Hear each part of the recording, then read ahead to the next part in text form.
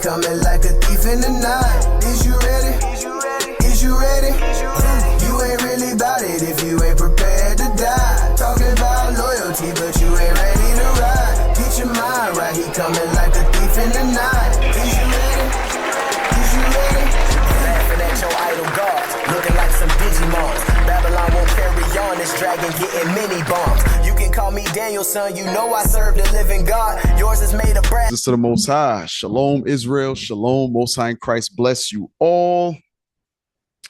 It's another Sabbath day that we are here. We could be anywhere else. You could be anywhere else, but you are here on this Sabbath.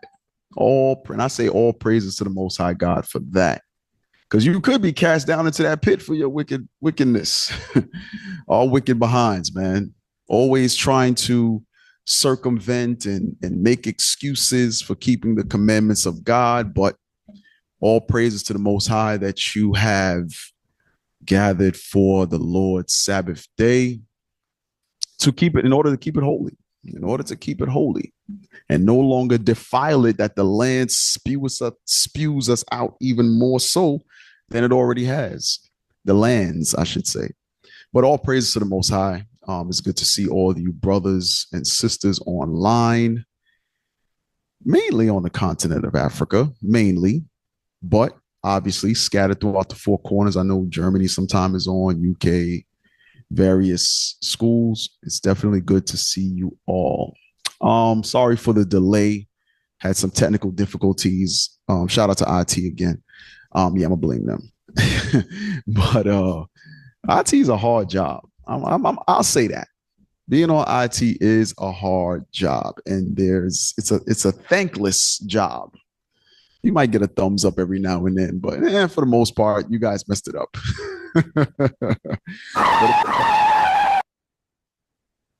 Yeah. See what I mean?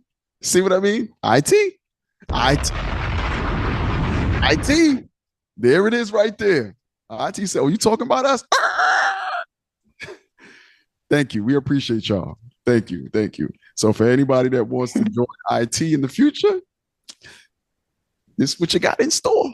All praises. But all praise to the Most High. I'm Captain Shemaiah, and I'll be hosting this Sabbath day class. And put the thumbnail up so we can get started. Today's class is entitled Friends and Frenemies. Okay.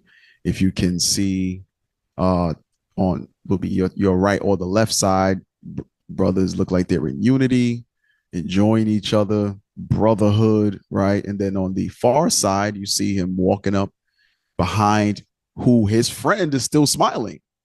But behind, you see the evil intent. You see the masked man with the evil intent. So this thumbnail is very telling, right? And I say we try to cover topics that are going on the continent of Africa, and then we also try to warn you about those things that shall come.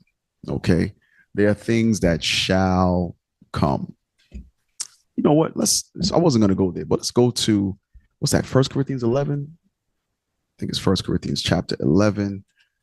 As Paul, is it 11 or 12? As Paul breaks down, I might be 2 Corinthians.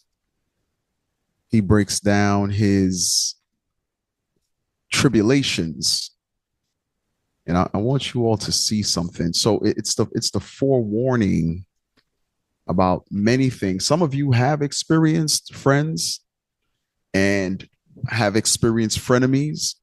If you have not, know for certainty that you'll gain most likely either one or both. Okay, you'll have friends that will turn to enemies and vice versa. All right. 2 Corinthians chapter 11, and start at verse 20. 2 Corinthians chapter 11, verse 23. Are they ministers of Christ? Mm-hmm. I speak as a fool. Mm-hmm. I am more, in labors more abundant, mm-hmm. in stripes above measure, mm-hmm. in prisons more frequent, in deaths oft, Of the Jews, 5 times received I 40 stripes, save one.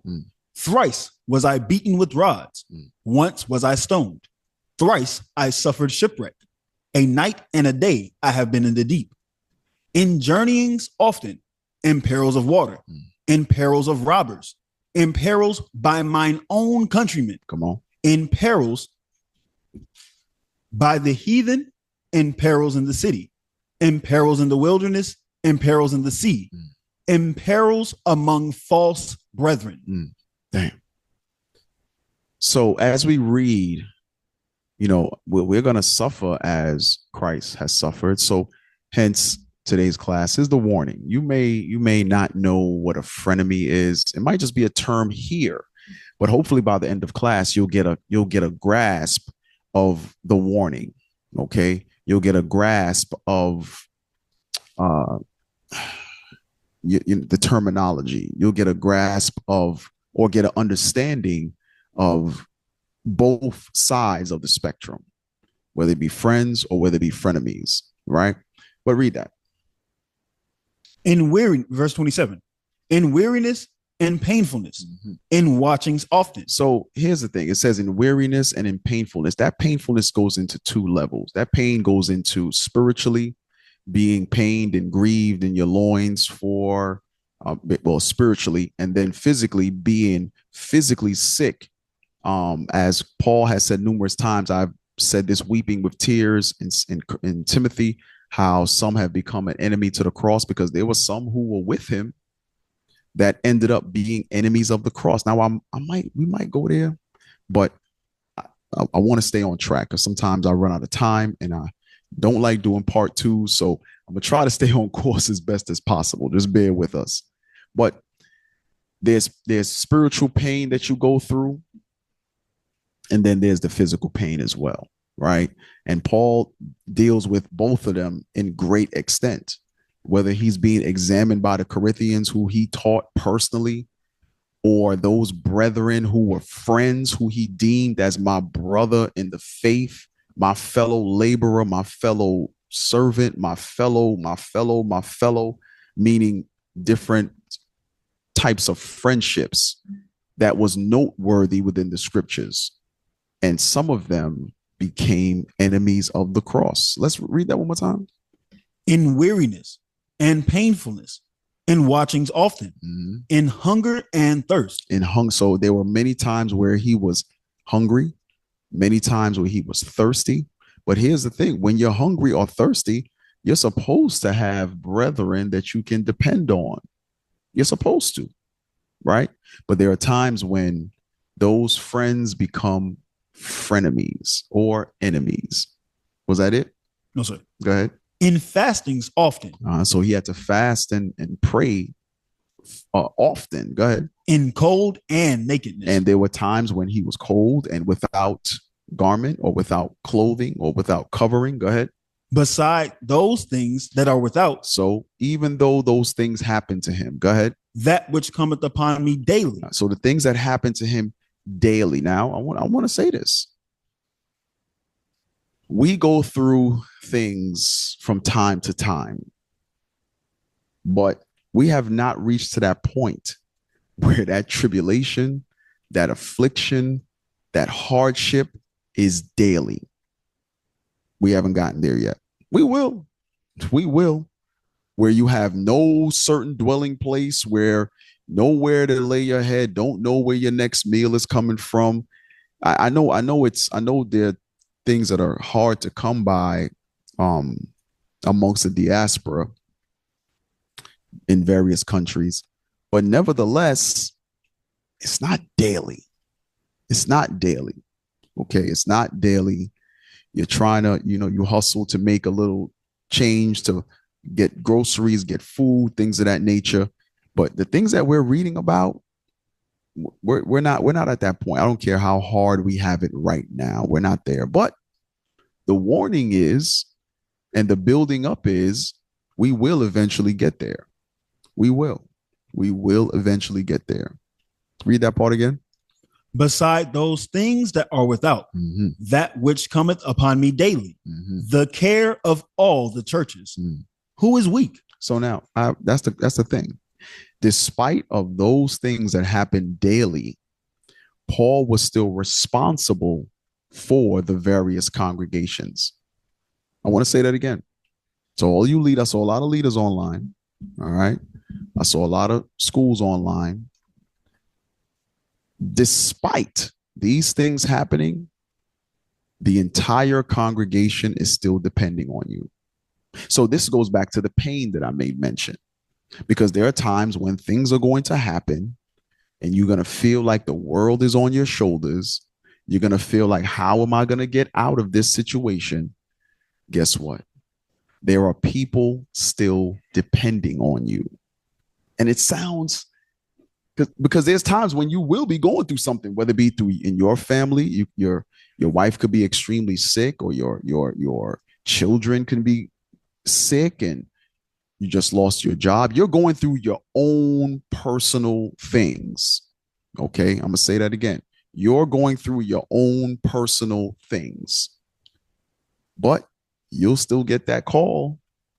Hey, officer. Hey, captain. Hey, deacon. Hey, bishop. And they, how you doing? That's not even a question. It's, here's my problem, fix it. And guess what? It's our job. It's our job. That is what we signed up for.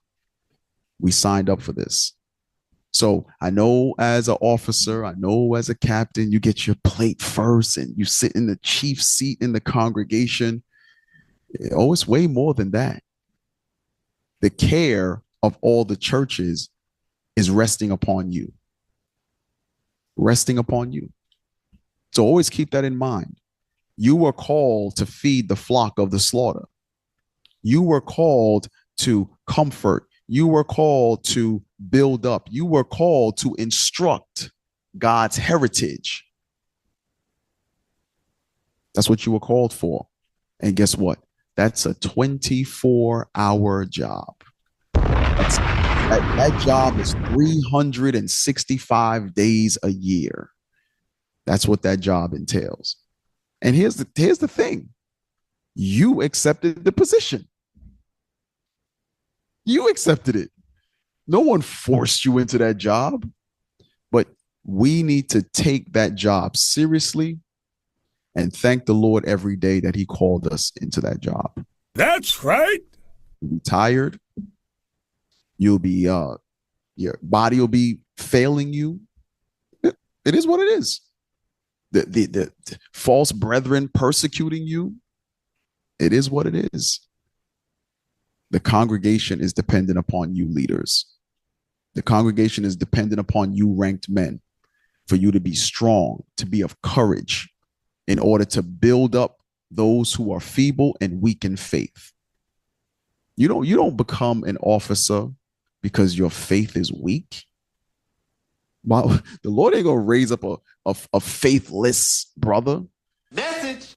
So your faith is strong. It's your job to strengthen those who are weak, those who are feeble. That's your job. And you signed up for it. I'm almost going to go into another direction. So I'm going to need y'all to keep me in line. But you brothers in Africa, okay, it's imperative for you all to be proactive, for you to be long suffering, for you to be patient, for you to have the wisdom and understanding of the Lord, for you to instruct those who oppose themselves. Listen, your job requirements, it ain't like the Christian pastor that show up on Sundays and that's all you got. No. It's 24 hours, 365 days a year. All right. The Lord called you to feed the flock of the slaughter. I hope you all understand that. Show the screen again. I want to interact real quick.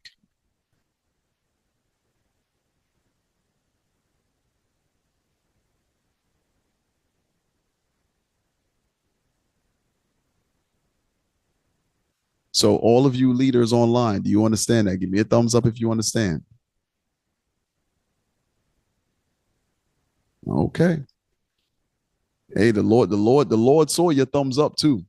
the Lord, not only did you show it to all of us, but the Lord showed the Lord saw your thumbs up. The Lord saw it. And all of you men who may not have rank yet, Lord's will in time, that is what you're signing up for as well. That is what you're signing up for as well. Okay, you could take it off screen. I'm really about to go in a different direction. We're going to let the Spirit do its thing. Let's go to Ecclesiastes. No. I want Philippians 3:17 real quick. Yeah, let's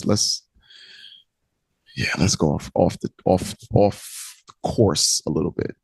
Philippians 3 verse 17. Yes, sir. Bring it out.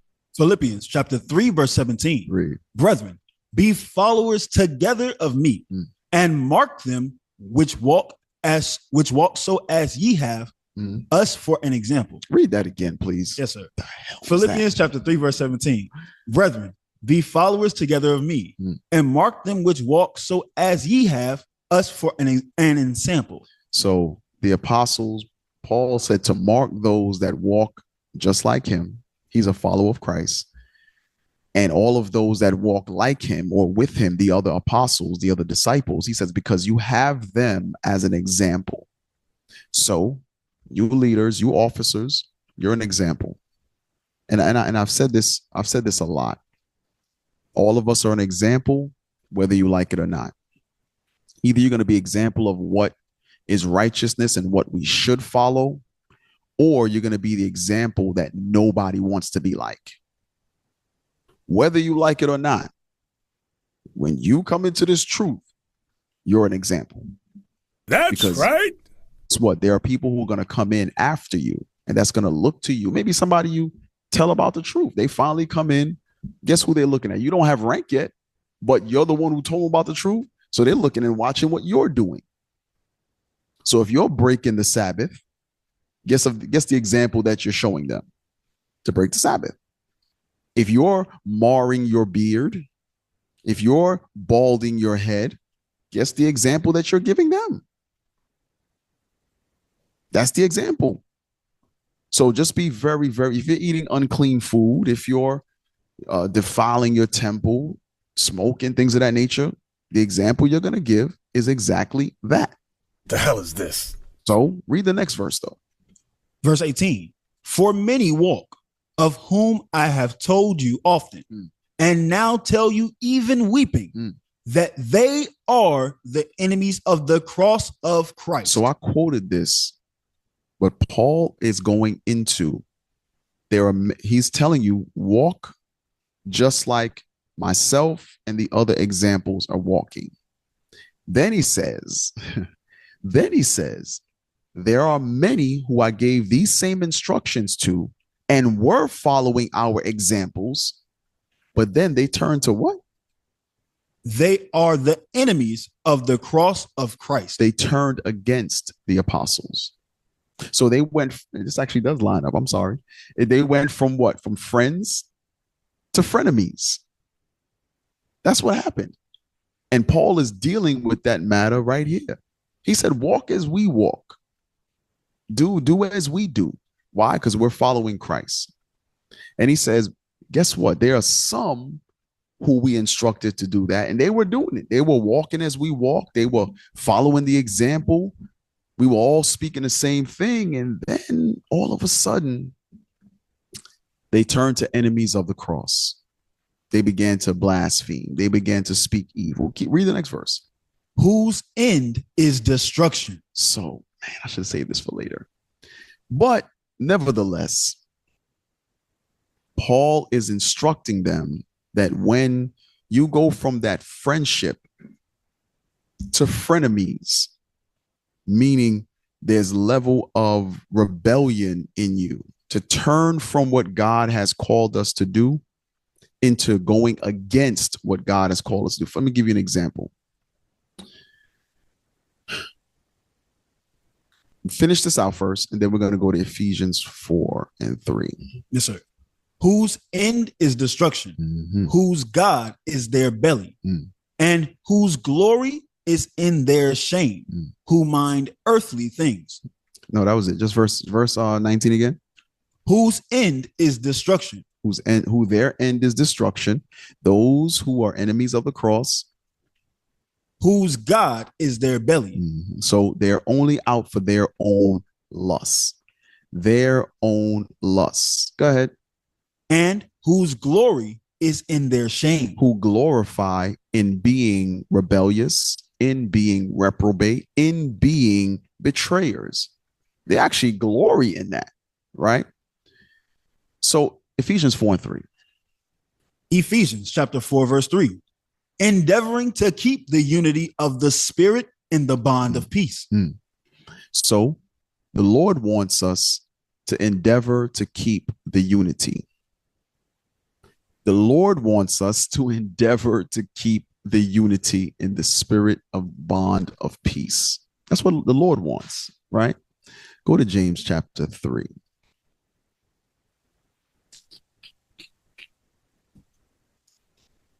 And start at verse 14. James chapter 3, verse 14. But if ye have bitter envy and strife in your heart. And what? And strife in your heart. Strife means, look, hold on. Let's put up the definition of strife, please. Let's pull that up. Pull up the definition of strife. Because we're not supposed to strive.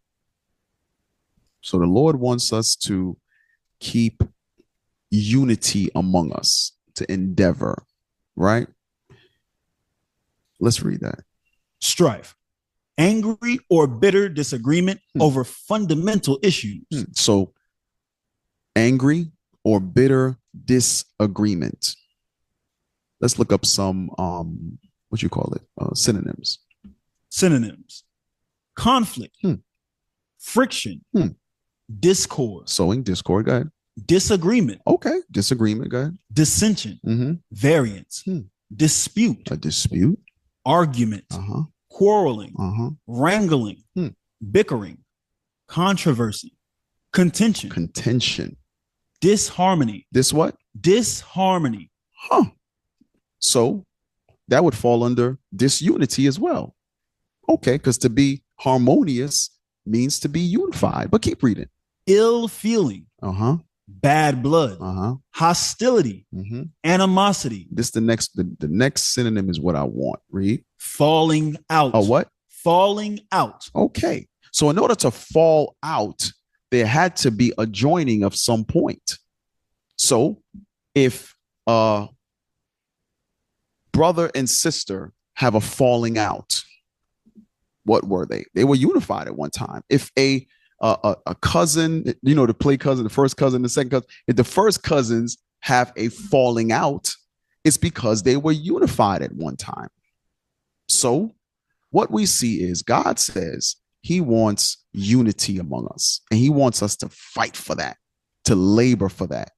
But go back to James. James 3:14. But if ye have bitter envy and strife in your hearts. So if you're about disunity or disharmony, go ahead. Glory not. Don't glory in that thing. Go ahead. And lie not against the truth. Don't lie against the truth. It ain't the Lord that's making you feel that way. There's no scriptures to tell you to be disingenuine, to be non-harmonious, or to have no unity. Go ahead. This wisdom descended not from above, but is earthly, sensual, devilish.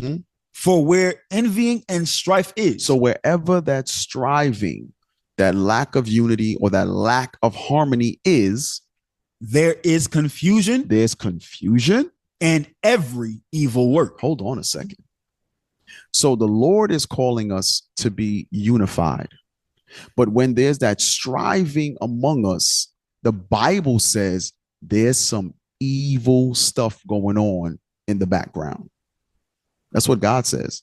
God said there's some evil stuff going on. So this is where we have to come to that conclusion. Okay. There are some that were friends, as Paul made mention in Philippians, and they began to follow the examples of the apostles. But then they became enemies of the cross, meaning they went into striving, they went into bitter envying, and they began to blaspheme and speak against the truth. God says there's some evil stuff in the works there. There's some evil stuff. So this is just the warning and the encouragement to make sure you stay on the side of friendship. Stay on the side of brotherhood. Stay on the side of unity. Because it's not going to work out well because some people will turn to frenemies. It's not going to be in your benefit. So real quick, let's open up with Ecclesiastes 4 and 9. Ecclesiastes chapter 4 and verse 9. Ecclesiastes chapter 4, verse 9. Read. 2 are better than 1. So the wise King Solomon is giving us understanding about how important it is to not be alone. Okay. So 2 are better than 1. Go ahead. Because they have a good reward. Go ahead. They have a good reward for their labor. Right. They have a good reward for their labor, just like how Christ sent the apostles out 2 by 2. They were able to spread the gospel much further than them being all together. There's a good reward for their labors. Why? Because the truth began to spread. The kingdom being at hand began to magnify in the earth because they were sent out 2 by 2. So 2 are better than 1. You have a teacher, you got a reader, and y'all could turn this kingdom upside down. Well, go ahead. For if they fall, the one will lift up his fellow. So if you fall on hard times, your spirit begins to fall, you fall into sin, all those variables. The Bible says because you have that other person that's supportive, that's encouraging, that is corrective, you're able to be lifted up. Go ahead. But woe to him that is alone. So destruction to him that is alone. Go ahead. When he falleth, for he hath not another to help him up. There's no one to help him. So I sent you a Instagram video. Play that real quick. And I watched this maybe a little over a year ago, but it always stayed with me. It always stayed with me, and I had a hard time finding it. But all praise to the Lord, finally found it. So read the title. We all need a friend like this. So now this is basketball. Now, I don't care about basketball. It was the clip that stuck with me. Play it.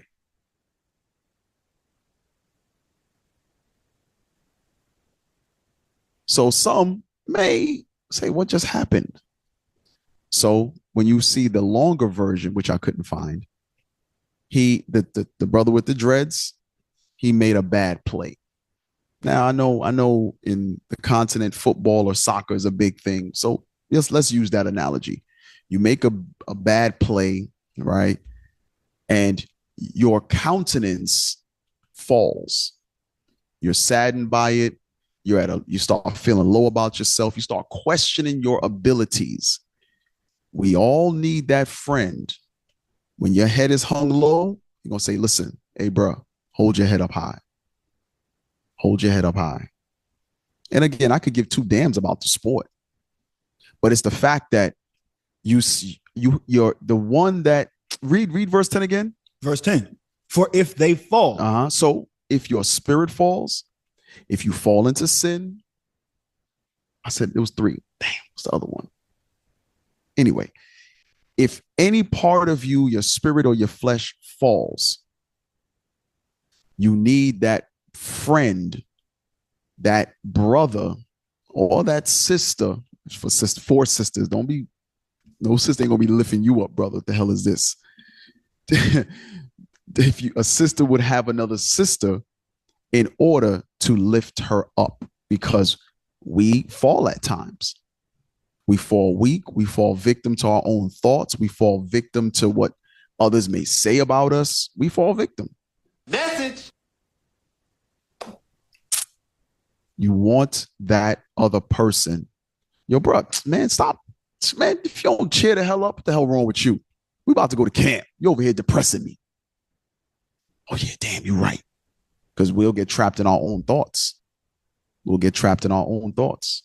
Read that verse 10 again. For if they fall, the one will lift up his fellow. But woe to him that is alone when he falls. So when your mind, your thoughts, your spirit gets low, right? If there's no one to in your corner, so to speak, to help lift you up,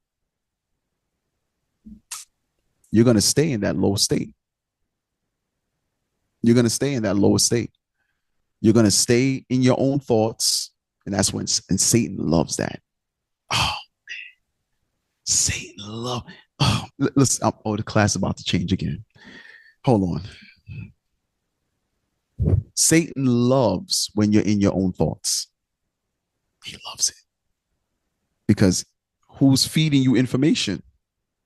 All of a sudden, as you're sitting there in your own thoughts, you start remembering. Let me give you an example. Satan is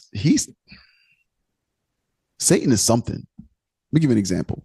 Let's say you have an art with a brother, right? You 5, 6, 7, 8 years in the truth. You have an art with a brother. Disagreement, nothing major. As you're in your own thoughts, do you know Satan will make you remember the first day you came into the school that was the head of security and greeted you at the front door and he was kind of mean? Wait a minute. Hold on. How is it that you now recall that one day 7 years ago, who opened the door for you, who didn't greet you with a hug and you didn't like that feeling? So 7 years later, you're now putting pieces of a puzzle together that does not exist. But in the mind of someone in their own thoughts who does not have someone to lift them out of that slump, it's going to make perfect sense. It's going to make perfect sense. Can I get a witness? Okay. Y'all ain't got to agree with me. I know I ain't crazy. I know that much. Satan plays on those things. Because it didn't sit well with you 7 years ago and you never gave it thought again, why does it come up now? Because back then you didn't know how to deal with it. You didn't know how to apply Matthew 18. You didn't know how to talk to your brother. You just chalked it up. But Satan just put it in the storage locker. I'm sorry, what was that? Somebody stepped in a puddle? What was that? That was on that side? Oh, yeah, somebody got the devil on him on that side. Huh? That was a locker. Oh, okay. Okay. Yeah, somebody got the devil on him. We don't need any sound effects on that side. Thank you. Appreciate y'all. Damn, I lost my thought. Hey, let's go to Ecclesiastes, Sirach 6:4. I don't know what the hell that was. Sirach 6:14. Yes, sir. So don't get in your own thoughts. But go ahead. The book of Ecclesiasticus, chapter 6, verse 14. Read. A faithful friend is a strong defense, and he that hath found such an one hath found a treasure. So God says, and I'm speaking to this.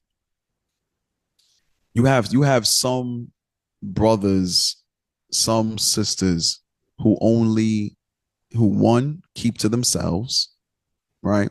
You keep to yourself, meaning you're there on the Sabbath, but you're not really there.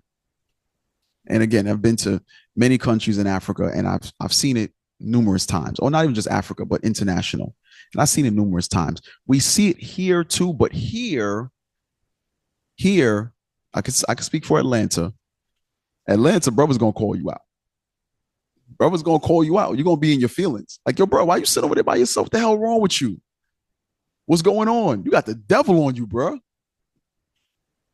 It's the Lord's Sabbath day.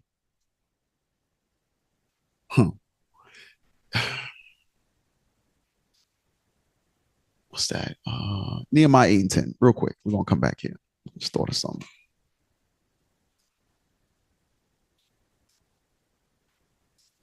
Nehemiah chapter 8, verse 10. Then he said unto them, go your way, eat the fat and drink the sweet, and send portions unto them for whom nothing is prepared. For this day is holy unto our Lord. So just like the Sabbath day is holy unto our Lord. Go ahead. Neither be ye sorry. So sometimes we come in here and you got the world on your shoulders. Let me tell you something. I don't want to hear all that. I don't want to hear it. I don't want your sorrow to now fall upon me. The Lord said, this day is holy.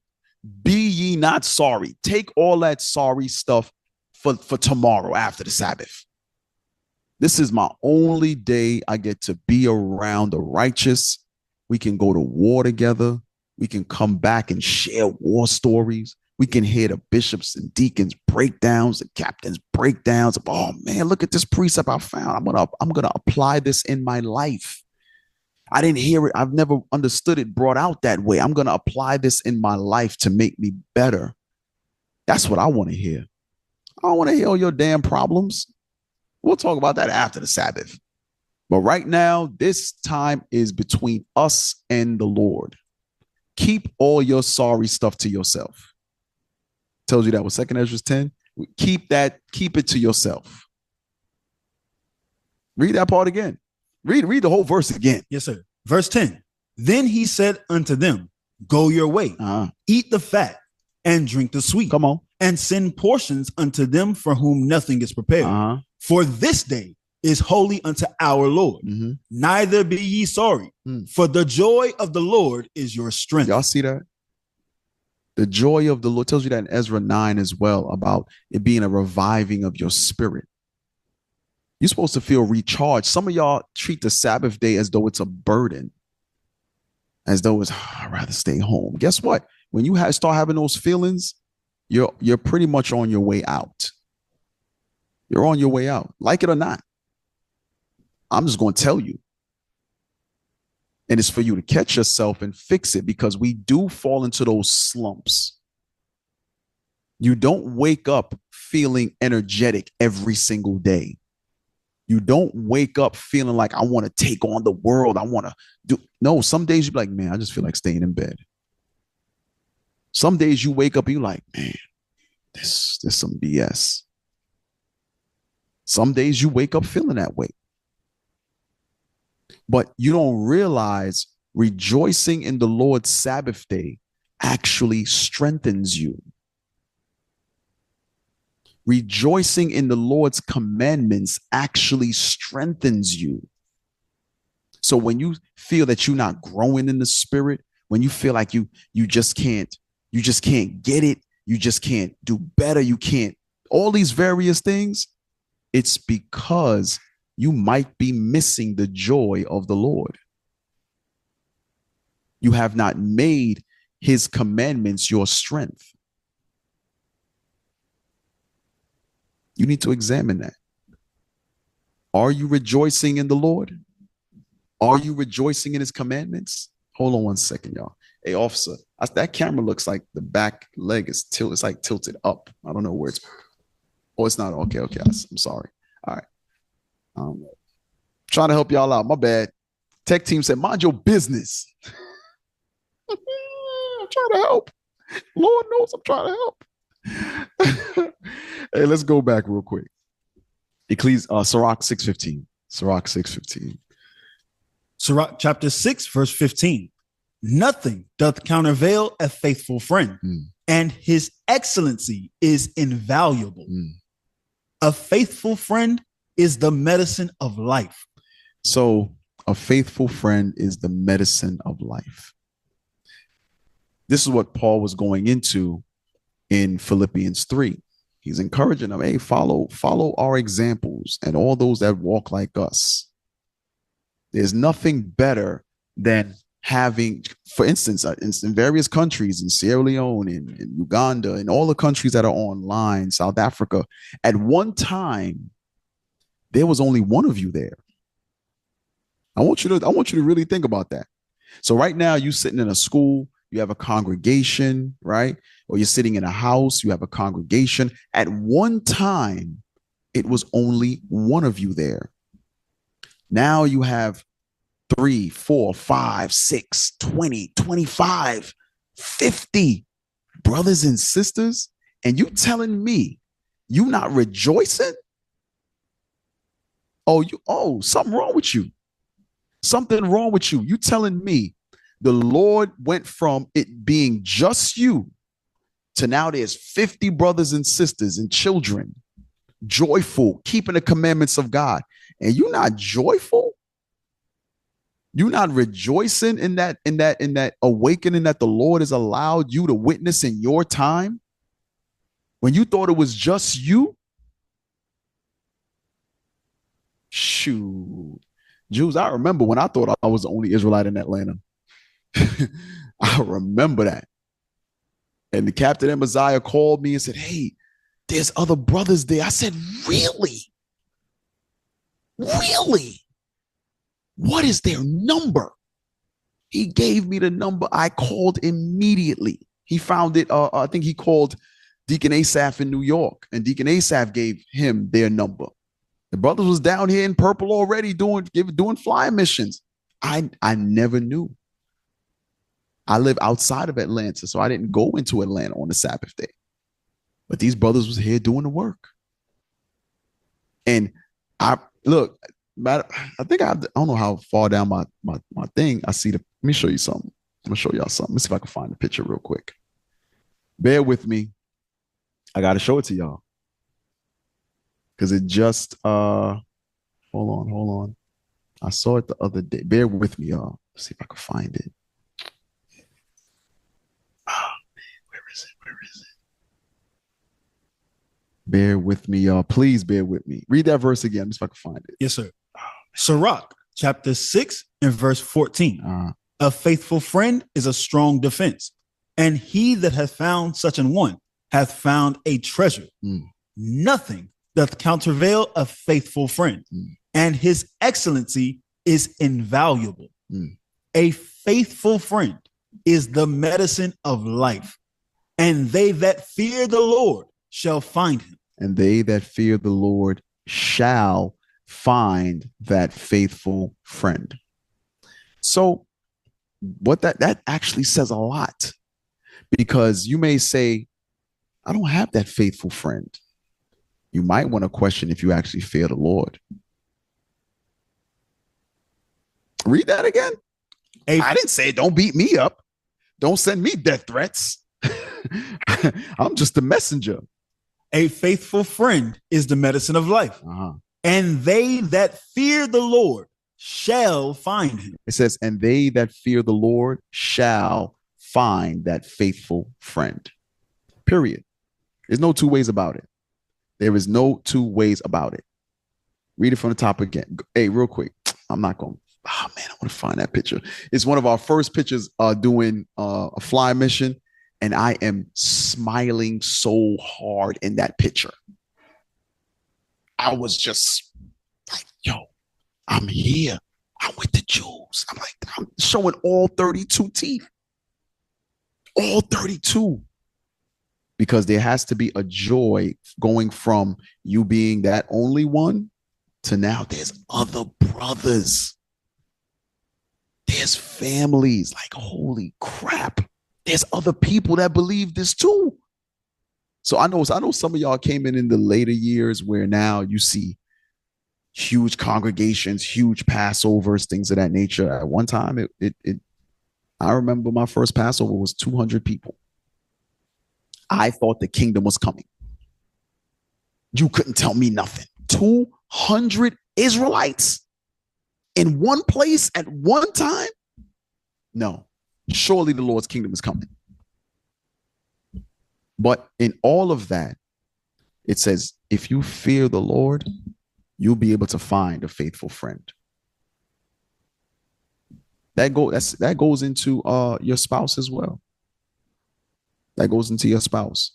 If you fear the Lord, remember, Sirach 6 and 7, as you read further up in the chapter, when thou would get us a friend, prove him first. Prove her first. So you're proving a spouse. God says that spouse will be deemed faithful, a faithful friend unto you if you fear the Lord. Drop a bomb.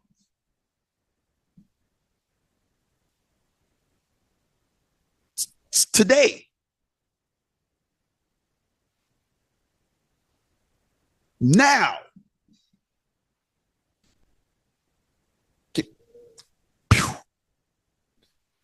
Second Kings 2. Maybe I said when I said I ain't want no sound effects, they was like, they're looking at the screen now. Oh, now you need us. Well, I ain't want to hear the lock. Oh, Second Kings 2 and 2. I ain't gonna worry about it. Second Kings chapter. Matter of fact, he might have logged off. Second Kings chapter 2 verse 2. I want your whack breakdowns. And Elijah said unto Elisha, tarry here, I pray thee, for the Lord have sent me to Bethel. And Elisha said unto him, as the Lord liveth, and as thy soul. Where is it? You in verse 2? Yes, sir. Jump to verse 4. Verse 4. And Elijah said unto him, Elisha, tarry here, I pray thee. So what we see is, many of you know the prophet Elijah. Many of you know the prophet Elisha or Elisha. So Elijah tells Elisha, hey, stay right here. I got to make some moves. Right? Read. Tarry here, I pray thee, for the Lord have sent me to Jericho. And he said, as the Lord liveth, and as thy soul liveth, I will not leave thee. Wait, what did Elisha say? I will not leave thee. So even though his senior, his elder, his friend, his counselor told him, listen, the Lord is sending me to Jericho. I need you to stay here.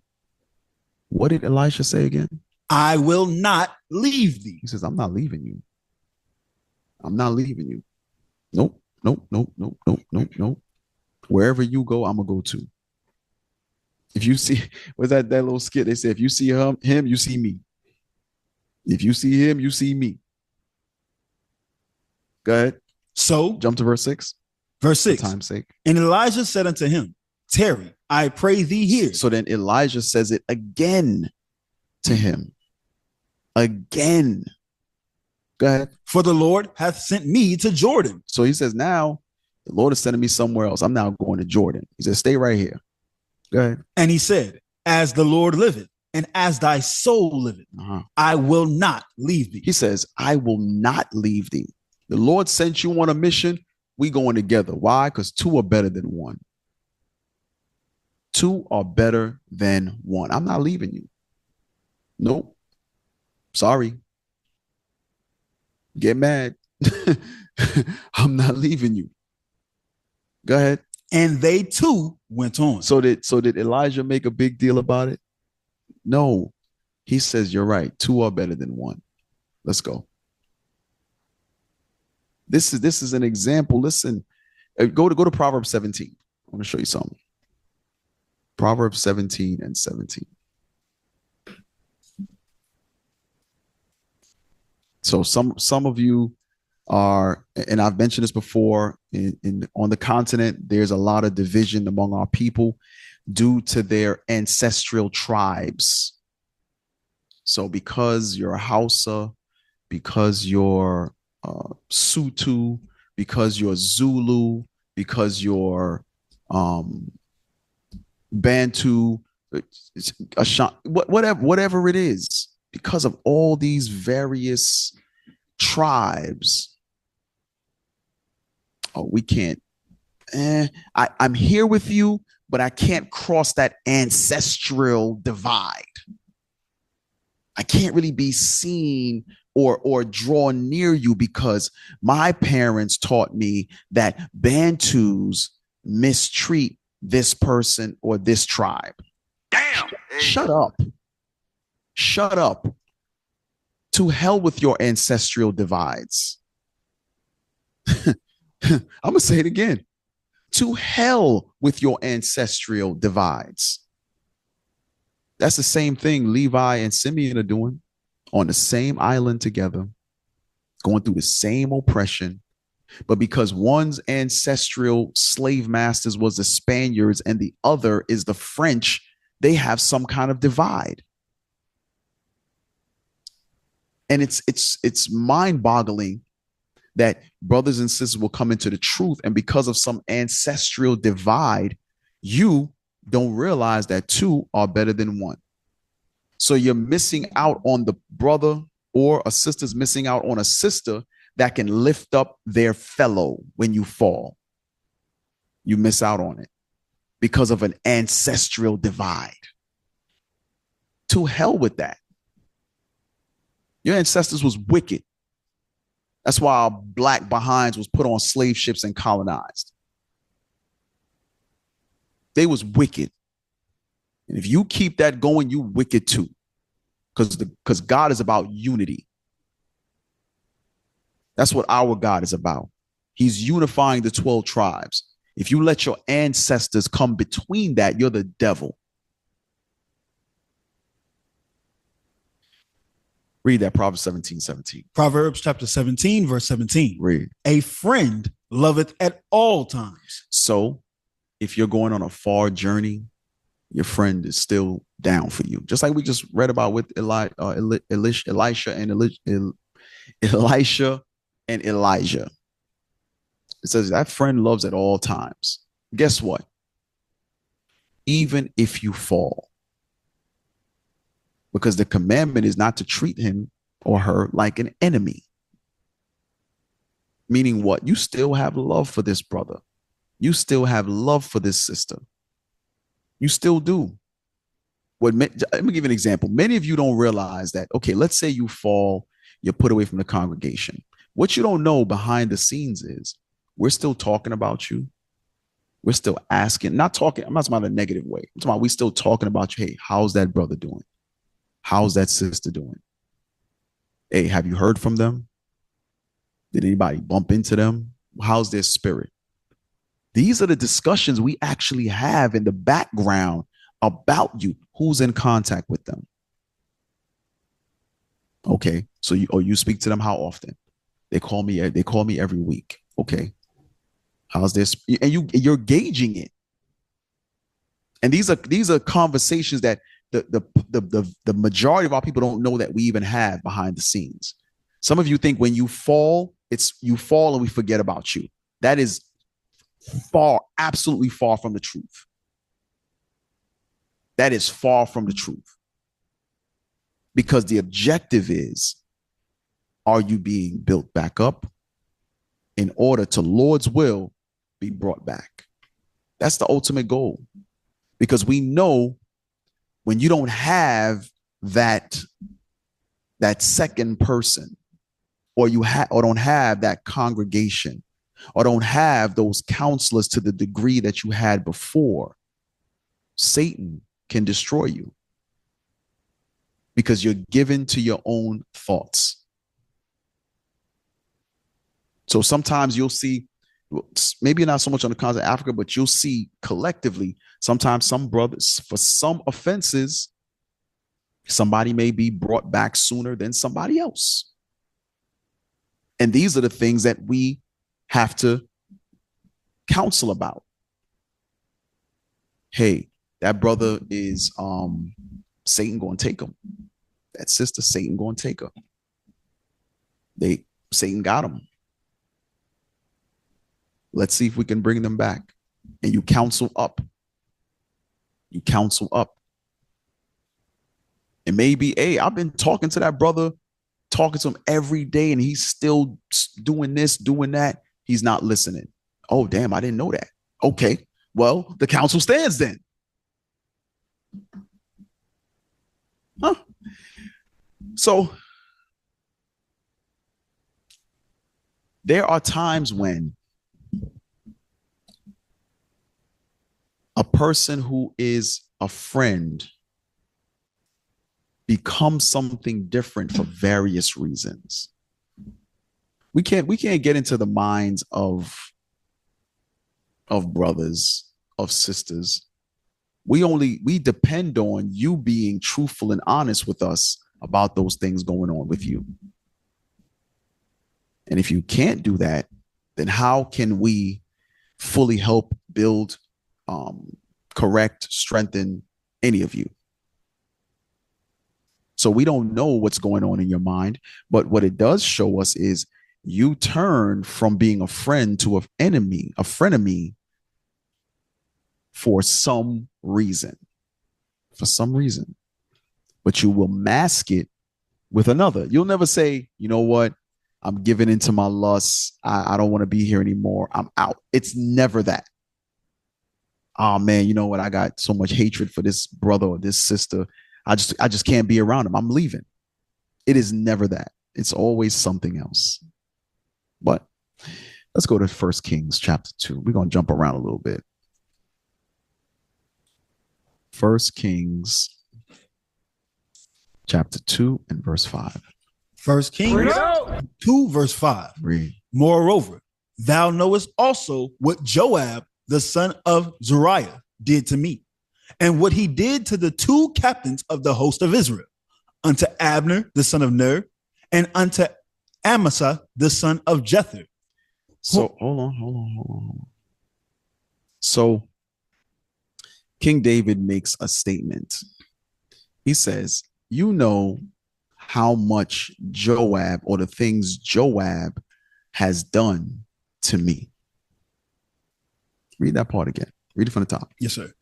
Moreover, thou knowest also what Joab, the son of Zeruiah, did to me, and what he did to the two captains of the host of Israel, unto Abner, the son of Ner, and unto Amasa, the son of Jether, whom he slew, and shed the blood of war in peace, and put the blood of war upon his girdle that was about his loins, and in his shoes that were on his feet. So what you see is King David is making a complaint, so to speak, in the bitterness of his soul, that Joab did some stuff. Now, let's go to, because I know Joab and David were related. I believe he was his nephew. That was David's sister's son. Right? But for time's sake, go to 2 Samuel 19. We're going to jump around this a little bit for time's sake. Come on. 2 Samuel chapter 19. Let me look at it real quick.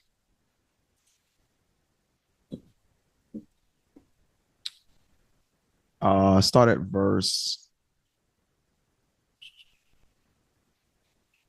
4.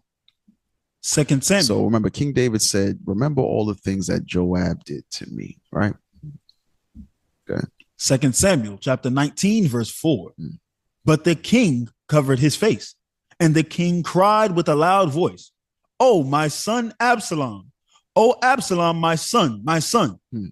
And Joab came into the house of the king and said, "Thou hast shamed this day the faces of all thy servants, which this day have saved thy life, and the lives of thy sons, and of thy daughters, and the lives of thy wives, and the lives of thy concubines." So hold on one second. We're going to come back here. Don't let me forget that. We're going to come back here. But so right now, David is weeping. He's mourning. And Joab is like, yo, listen, stop all that crying. Stop all that crying. Let's go one chapter before. Let's go to 2 Samuel 18 and start at verse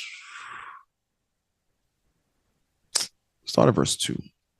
2 Samuel chapter 18, verse 2. And David sent forth a third part of the people under the hand of Joab, and a third part under the hand of Abishai, the son of Zeruiah, Joab's brother, and a third part under the hand of Ittai the Gittite. And the king said unto the people, "I will surely go forth with you myself also." But the people answered, "Thou shalt not go forth. For if we flee away, they will not care for us. Neither if half of us die will they care for us. But now thou art worth 10,000 of us. Therefore now it is better that thou succor us out of the city." It says, so comfort us by remaining out of the city, right? Excuse me. Jump to verse 5. Verse 5. And the king commanded Joab and Abishai and Ittai, saying, deal gently for my sake with the young man, even with Absalom. So look at what King David, who's the king, commanded happen with Absalom. He said, listen, I know Absalom going off, but I need you to deal gently with him. Deal gently with him now. Read. And all the people heard when the king gave all the captains charge concerning Absalom. So I want you to see this. David said this publicly. So all the people understood what David's instructions to the captains were. Jump to verse 9. Verse 9. And Absalom met the servants of David, and Absalom rolled upon a mule, and the mule went under the thick boughs of a great oak, and his head caught hold of the oak, and he was taken up between the heaven and the earth, and the mule that was under him went away. And a certain man saw it and told Joab. So a man saw Absalom stuck in the trees, and he told Joab. Now, Joab is close with David. Joab is one of the mighty men. Joab is one of the captains of the king's army.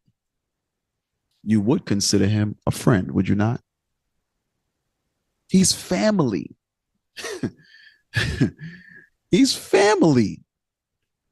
Joab, Abishai are sons of Zeruiah, who is David's sister. Keep reading. And said, behold, I saw Absalom hanged in an oak. And Joab said unto the man that told him, and behold, thou sawest him. And why didst thou not smite him there to the ground? Wait. What did Joab say? Why didst thou not smite him there to the ground? Go ahead. And I would have given thee 10 shekels of silver and a girdle. But we heard the king's commandment up in verse 5 to deal gently. But now Joab says, why didn't you kill him? I would have made you rich. Go ahead.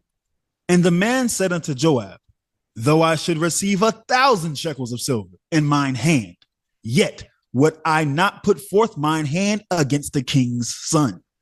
He said, wait. He said, even though you could have made me rich, ain't no way I'm going to kill the king's son. You crazy. Go ahead. For in our hearing, the king charged thee and Abishai and Ittai, saying, beware that none touch the young man Absalom. Hold on a second. So this brother says, kill Absalom. Are you crazy? I heard the king give y'all commandment not to hurt him. I heard it myself. So why would I kill Absalom? Keep reading. Otherwise, I should have wrought falsehood against mine own life. He says, otherwise, remember it says that the king's wrath is like the face of a lion. You can't do something to the king and don't expect consequences and repercussions. Ain't no way. The king gave a direct commandment. One of the mightiest men ever to walk the earth, King David gave a commandment. And you just gonna go against it? But keep reading. For there is no matter hid from the king. He says, because if I kill him, the king gonna find out. Go ahead. Well, and here's the thing. The king is going to find out because David is a prophet of the Lord. So either somebody going to see it and tell David, or the Lord going to reveal it to David. But he's going to find out. Go ahead. And thou thyself wouldst have set thyself against me. Go ahead. Then said Joab, I may not tarry thus with thee. And he took 3 darts in his hand and thrust them through the heart of Absalom, while he was yet alive in the midst of the oak. So Absalom is alive. Joab didn't help him down and deal gently with him.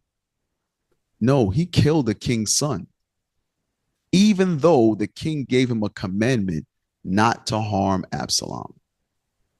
So here's something that we need to think about. Here is a friend Here is family. Here's a confidant. Here's a man who's in charge of guarding the king's body, his family, his welfare, and caring for the nation in a nutshell. He said, I have my own agenda. Go back one more chapter, chapter 17 and verse 25. 2 Samuel chapter 17 and verse 25. And Absalom made Amasa captain of the host instead of Joab. Hold on a second. So Absalom did something that secretly Joab didn't like. I'm going to say that again. Absalom put someone in position ahead of Joab. Joab ain't like that. Put the picture up of the brother from Belly with the banana. The brother from Belly. He's like, I don't like that. I don't like that. Yeah. The movie Belly. This was when Absalom set up order. He put who's the brother? Amasa. He put Amasa over Joab as captain. Joab said, "Oh, really? I don't like that stuff. I don't like that." Yeah, that was Joab right there. I don't know if any of y'all saw that movie. He said, "I don't like that. I don't like that stuff. Damn! I don't like that. I don't like that." So it makes sense now. Go back, going forward. Read the bottom of verse, chapter 18 and verse bottom of 14. Or read 14 again. Chapter 18, verse 14. Then, I'm sorry. No, we didn't finish chapter 17, verse 25. Read it again. Chapter 17, verse 25. And Absalom made Amasa captain of the host instead of Joab, which Amasa was a man's son, whose name was Ithra, an Israelite that went into Abigail, the daughter of Nahash, sister to Zeruiah, Joab's mother. Okay, so sister to Zeruiah, Joab's mother. Now go back. 18 and 14. Chapter 18, verse 14. Then said Joab, I may not tarry thus with thee. And he took 3 darts in his hand and thrust them through the heart of Absalom while he was yet alive in the midst of the oak. And 10 young men that bare Joab's armor compassed about and smote Absalom and slew him. So wait a minute. Even though they all heard the king's commandment, all it took was one to defy the king's commandment. Then all the others followed his example. I want y'all to see this. I want y'all to see this spiritually. There's times when you being out the spirit can be infectious to others. Now all of you always, because I always wonder, how do bitter people find each other? Like at some point, how do you know? Okay, for instance, I have a gripe, they have. We know it's spiritual, but who has enough courage to make that initiation and conversation of bitterness? You got to be brave to be the one. I can't even say brave. Bravery would be a good thing. You got to be emboldened in your sins to be the first one to sit there and say, hey, bro, I hate his black gums. And then the brother looks at you and says, you know what? Me too.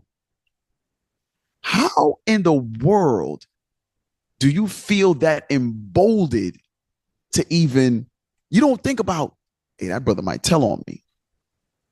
You got to look at its spirit. There's something in your spirit that made that spirit so comfortable coming to you with that. I would be fasting and praying every night or every day, because there's something wrong with me. There's something that his spirit sees in mine. Every flesh consorted to its kind. There's something in me that has to be purged out immediately. Lord, remove it from me. broken and contrite, going to the Lord. Lord, never allow me to be a betrayer. Never allow me to be disobedient, to be rebellious, to be a reprobate. Lord, please. Because this brother or this sister came to me with that foolishness. There's something in me. Because I'm going to ask you that. I'm going to ask you, hey, why that brother go to you? And the hope is self-examination. Well, we get, I don't know. That brother, I gave him a ride one time. He came to me. Yeah, okay. You better examine yourself. So what you see is Joab, the king's mighty man, got a commandment from the king, went against the commandment, and then caused others to go against the commandment as well. Okay. Go back to chapter 19. Verse 5? And read verse 5 again. Yes, sir. Chapter 19, verse 5. And Joab came into the house up to the king and said, thou hast shamed this day the faces of all thy servants. So David is now mourning the loss of his son Absalom. He's mourning. Oh, Absalom, he's mourning. Go ahead. Which this day have saved thy life. He says, now you mourning over that wicked son of yours, and you're disregarding all the servants that went to bat for you. Go ahead. And the lives of thy sons and of thy daughters, and the lives of thy wives, and the lives of thy concubines, and that thou lovest thine enemies and hatest thy friends. So wait, what is Joab considering himself? Read that part again. And that thou lovest thine enemies and hatest thy friends. So what he's saying is you can't mourn for your son because all of these friends that you have been in your corner, hunted him down, obviously, defended our people, and you crying over him instead of rejoicing over us, your friends. But is Joab showing himself to be a friend? Keep reading. That thou regardest neither princes nor servants. For this day I perceive that if Absalom had lived and all we had died this day, that it had pleased thee well. So now he's trying to make King David feel guilty. He says, I think if we would have all died and Absalom lived, you would be happy about that. You wouldn't be mourning over us this way. Showing what? There's some stuff inside of some of the friends, man. There's some stuff inside of friends. And here's a thing. I'll listen. I say that here locally. I say it here stateside. When people show you who they are, believe it. Believe it. I know a lot of times we'll have friends and people we're close to, and you don't want them to be spoken of, or, sometimes correction seems harsh, and you'll take it on as it's your burden. But what you've been doing is you've been enabling that person. You've been giving them space to talk about their grievances with you, rather than you telling them to go work it out with the person they have the grievance with. Meaning you haven't corrected them. So now correction is coming from others like leadership, and you feel some kind of way. It shows that there's something underlining in you. And if you don't fix it, you're going to be on the path to destruction. That's all I got for you. But keep reading. Verse 7. Now therefore arise, go forth, and speak comfortably unto thy servants. For I swear by the Lord, if thou go not forth, there will not tarry one with thee this night. Wait. Remember, Remember, Joab is one of the captains of David's host, of David's mighty men. Now Joab is pretty much threatening David. He's threatening the king. He says, listen, if you don't stop mourning over Absalom, and you know what's so crazy right now is, as we read, wasn't it Joab that killed Absalom? I want y'all to really meditate on that, and don't just read the scripture, meditate on it. Joab killed, and he didn't tell him that, oh, I'm the one who killed him. I want you to really think about that. Go back up to verse 1. 2 Samuel chapter 19, verse 1. And it was hold on. Go back up to 18 and verse 32.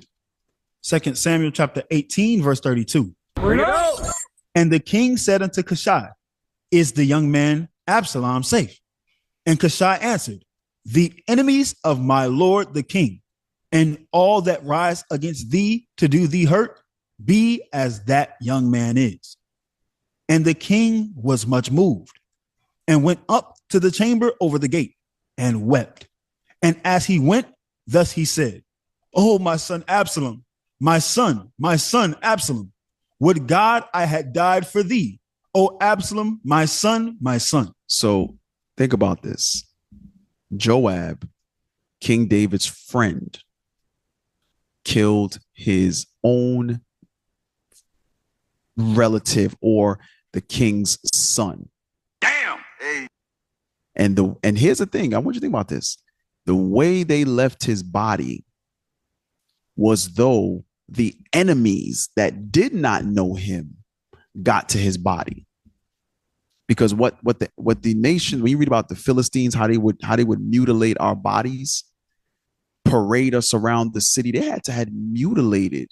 Because remember, it said the other young men went with their swords as well. So they mutilated him, replicating what the actual enemies would have done, as though this is not the king's son that gave you an order not to harm him. Just bring him back to me. I'm going to talk some sense into him. Joab, who was the king's friend, said, he was like, yeah, okay, I'll bring him back. I'm on my way, boss. And as soon as he had the opportunity, he killed the king's son. Now the king is mourning his son. Joab didn't say, you know what, by the way, king, I'm the one who killed him. He's now rebuking that same king for his grief, and then threatening the king by saying, if you don't stop grieving, you won't have any more security. The Secret Service quits. Showing what? Joab has still had more influence. Still had more influence. Listen, I'm gonna tell y'all, when you got them brothers and them sisters who's out the spirit, you should not make them feel comfortable. Don't make them feel comfortable. You can't be up in here in that kind of spirit. Hey, bro, you all right? Hey, listen. Hey, you out the spirit right now, but you better fix it. Don't come back up in here like that. If you feel like you can't be around it, stay home. So don't be concerned with numbers. The Lord wants to see how we deal as leaders, how we deal as brothers and sisters. That's right. Lord will just move that person out the way, and then all of a sudden 10 more new people come in. Remember, you were the only one at one time. Remember, it was only 2 of you at one time. A husband and a wife sitting in the house watching classes. Now all of a sudden it's 10 of y'all, 13 of you, 15 of you, 20, 30 of you.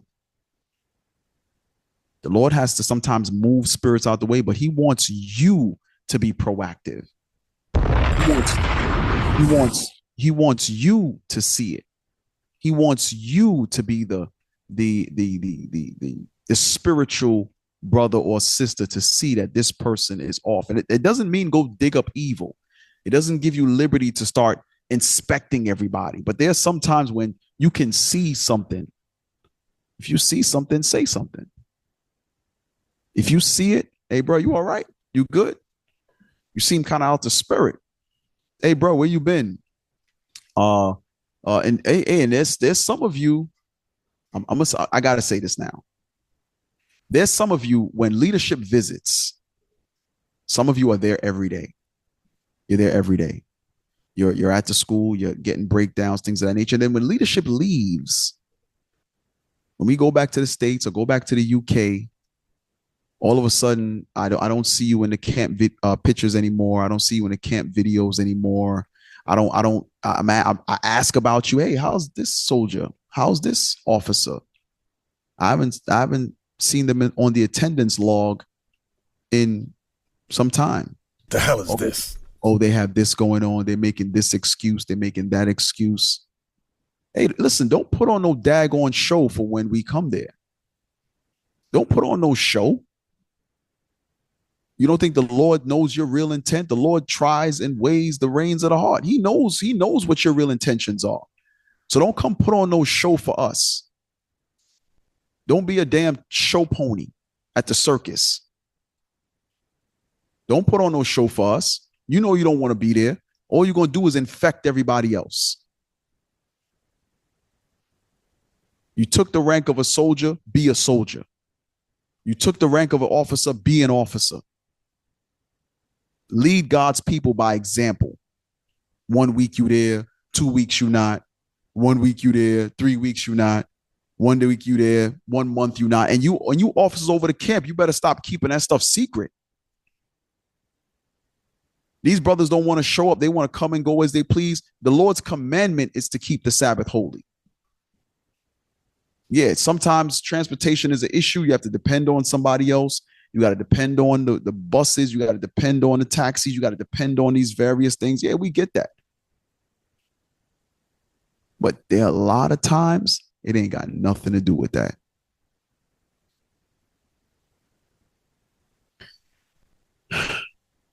What verse were you in? Verse 7. Read. Now therefore arise, go forth, and speak comfortably unto thy servants. For I swear by the Lord, if thou go not forth, there will not tarry one with thee this night. And that will be worse unto thee than all the evil that befell thee from thy youth until now. He says, now, when we all abandon you in your older years, it's going to be far worse for you than it was when you were young, having to evade King Saul, or early on with Absalom, or these various nations, the Philistines that wanted to come against you. He says, it's going to be far worse now. You up in age. Just think. When you read this kind of history, it reminds me of like Game of Thrones and those various shows where it's just treachery among everybody. The Game of Thrones, what's that dragon one? Something Dragons, Lord of the Rings, all of those shows, they're getting it from the Bible. That treachery among men, they're getting it from the Bible. Go ahead. Verse 8. Then the king arose and sat in the gate, and they told unto all the people, saying, behold, the king doth sit in the gate. And all the people came before the king, for Israel had fled every man to his tent. And all the people that were at strife throughout all the tribes of Israel, saying, the king saved us out of the hand of our enemies, and he delivered us out of the hand of the Philistines.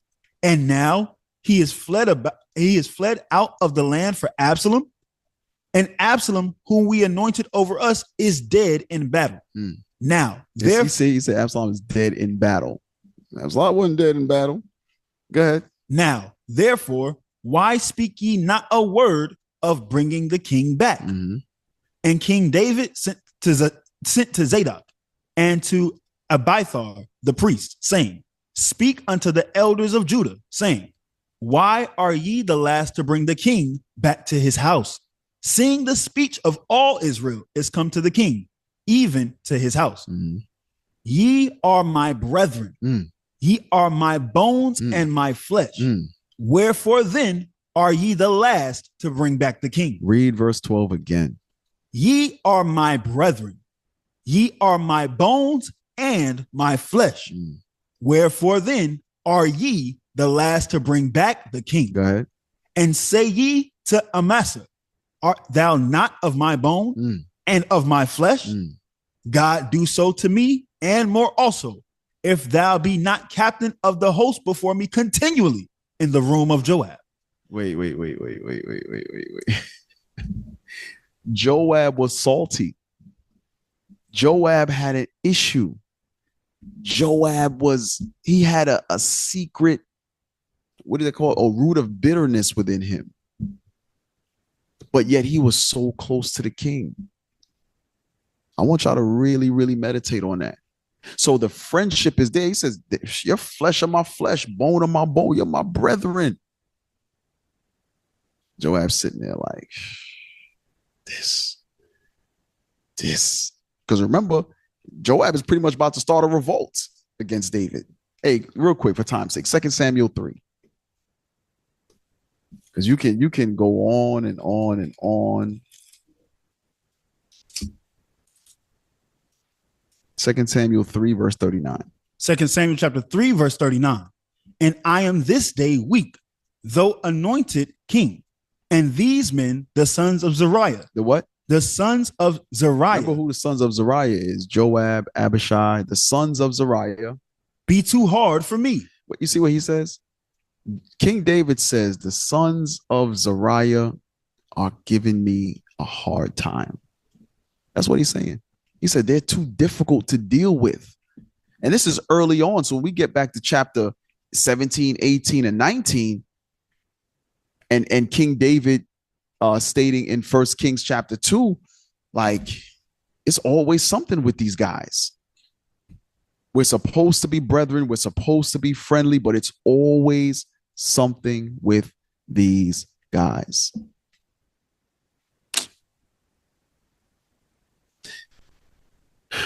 Pull up that first picture.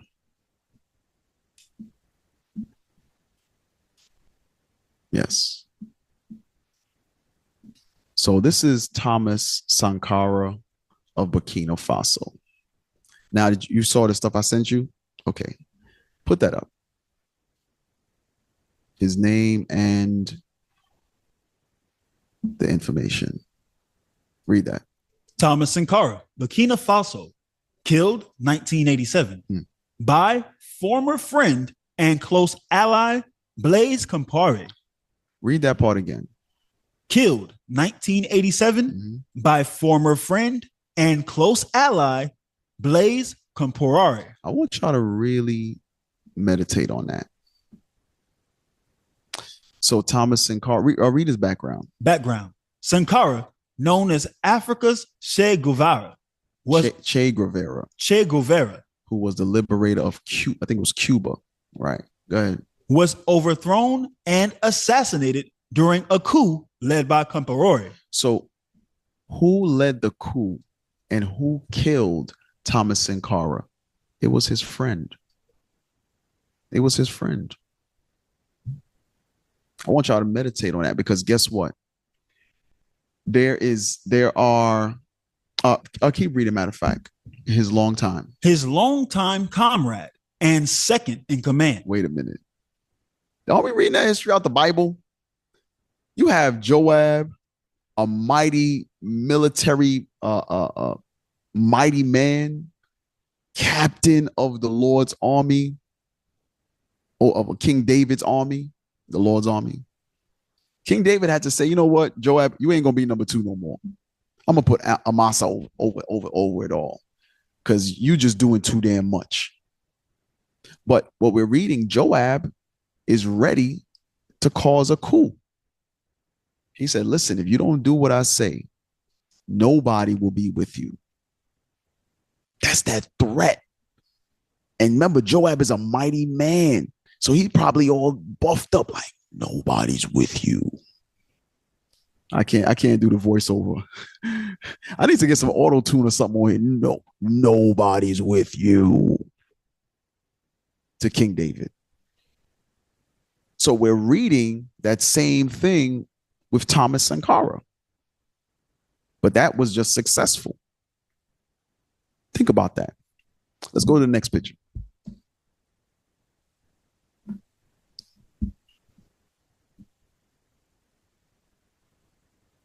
This is Patrice Lumumba of the DRC. Let's put up his info.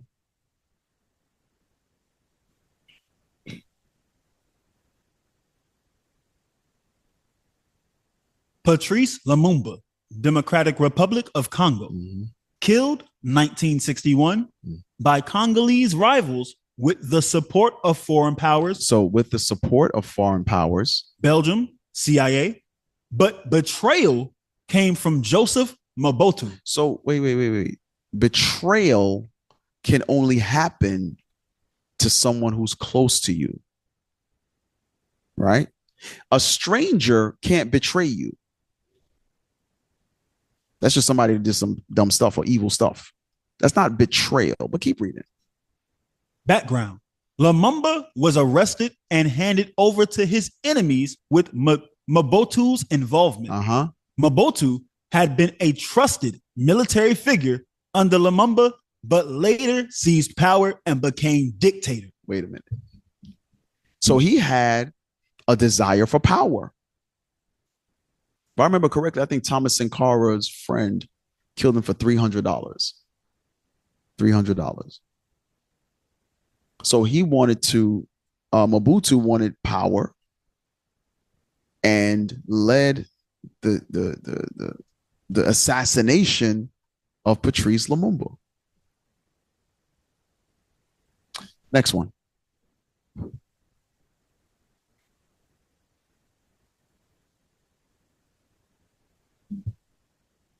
Muammar Gaddafi of Libya. Let's go down.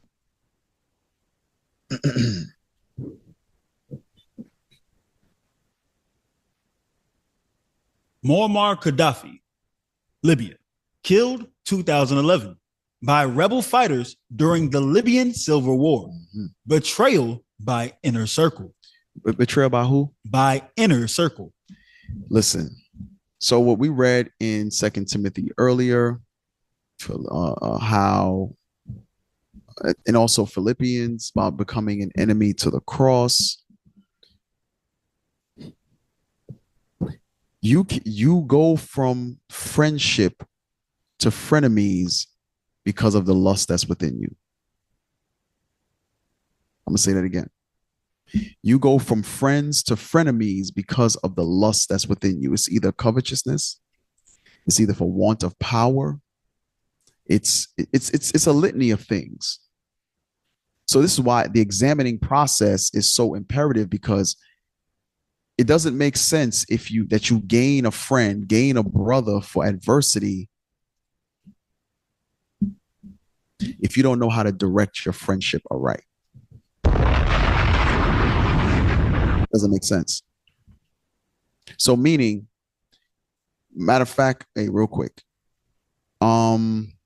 read Gaddafi's again. Muammar Gaddafi, Libya, killed 2011 by rebel fighters during the Libyan Civil War. Betrayal by Inner Circle. Background. Some of his military commanders and government officials defected and joined NATO-backed rebels. His capture and death were made possible by the disloyalty within his regime. Wow. Drop a bomb on that, please. By the disloyalty within his regime. So it's the same thing we see today, how brothers or sisters are going to the damn enemy, talking about why I left IUIC. Why I left IUIC. You ain't leave IUIC. People think they just willingly get up one day and say, you know what, I'm leaving because of this, that, and the third. No, you just gave into your lust. That's all it is. You gave into your lust, the same lust we were trying to help you with for years, to overcome, to cast out. You gave into it. So if your lust is money, if your lust is being a weak, Yellow make me sad, mamby-pamby, your wife is your God, Negro, you'll leave. You'll leave. But it's not that you just get up and walk out. It's actually, picture this. You know, you're going for a walk in the park on a nice day. Going for a walk in the park. Sisters, y'all know what I'm talking about, right? Go for a nice walk, right? And someone is walking in front of you. It could be your husband, it could be a child. You know that when they reach their hand back, what do you normally do? You grab their hand, right? And you're being led. Well, in this scenario, Satan is walking before you. He reaches his hand back. You grab it and you walk right out of here. You're not leaving. You're being led out of here. What you talking about? You holding Satan's hand, Negro. You ain't leave IUIC. Your video should be, Satan led me from the Lord. Damn. Hey. Satan led me from the Lord. That's what your video should be called. You ain't leave IUIC. Negro? Negroes? How you say Negro in Spanish? Negroicito? Yeah, you an extra Negro. You damn betrayer of men. Y'all need, hey, y'all brothers need to tell me how you say Negro in Sutu and in Zulu. Help me out. How you say it in Bantu? I need to learn. Because you're going to have some Negroes there too. You're going to have some who are led by Satan as well. It ain't exclusive to the States. Where you was at again? I lost. Oh, he was in the pictures. So Muammar Gaddafi was also betrayed by his inner circle. Who was next?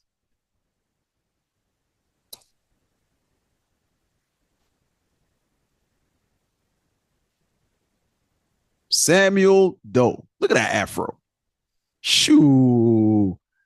That Jew got juices and berries in that thing. Ooh-wee. Samuel Doe of Liberia. Let's go down.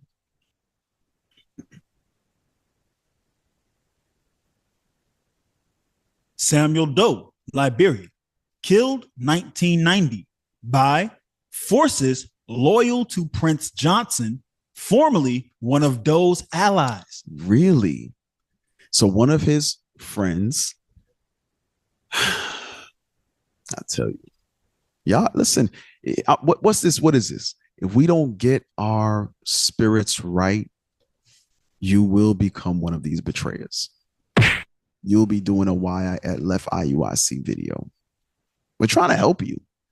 We're trying to help you recognize the various things that cause brothers and sisters to be bitter, to leave. It comes from correction. It comes from instruction.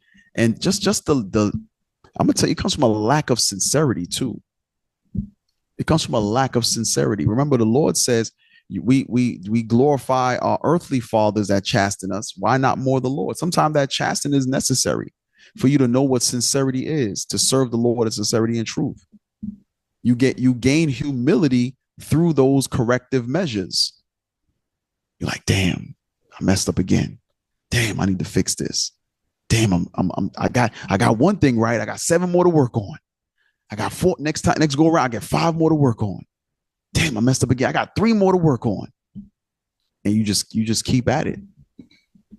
You know what's funny? We seem to get that concept when it comes to work, when it comes to school, when it comes to sports. We get it.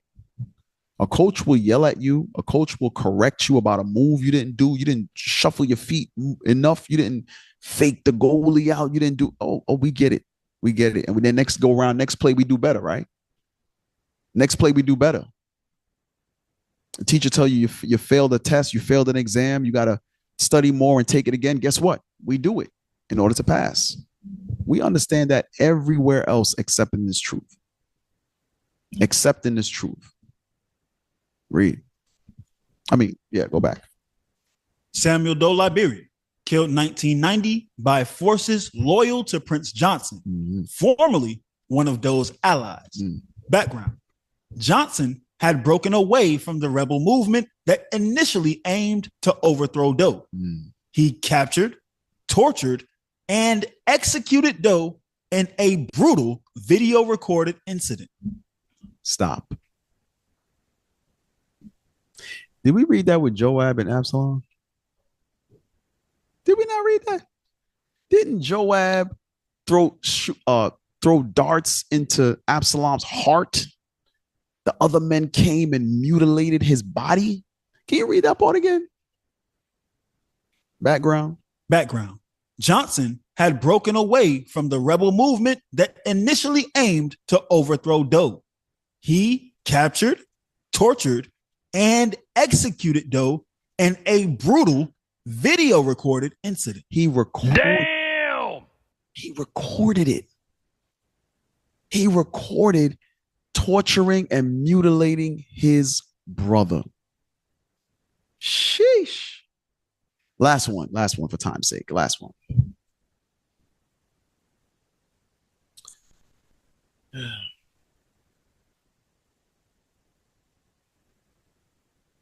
This is Laurent Desir Kabila. Hey, what's his name? Officer David, you probably gonna help me with that French, bro. Help me out, bro. Officer David of Sierra Leone, help me with that Frenchie. Laurent Désiré Kabila. Say it again. Laurent Désiré Kabila. Ooh, you hear that? You hear that, Frenchie? You hear that, French? That's that Frenchie right there, boy. Hey, all right, bro. I get it, bro. You ain't gotta flex on me like that. No, but all praises, all praise. Thank you, bro. The Democratic Republic of Congo. Hey, you know what's, and we've said this before.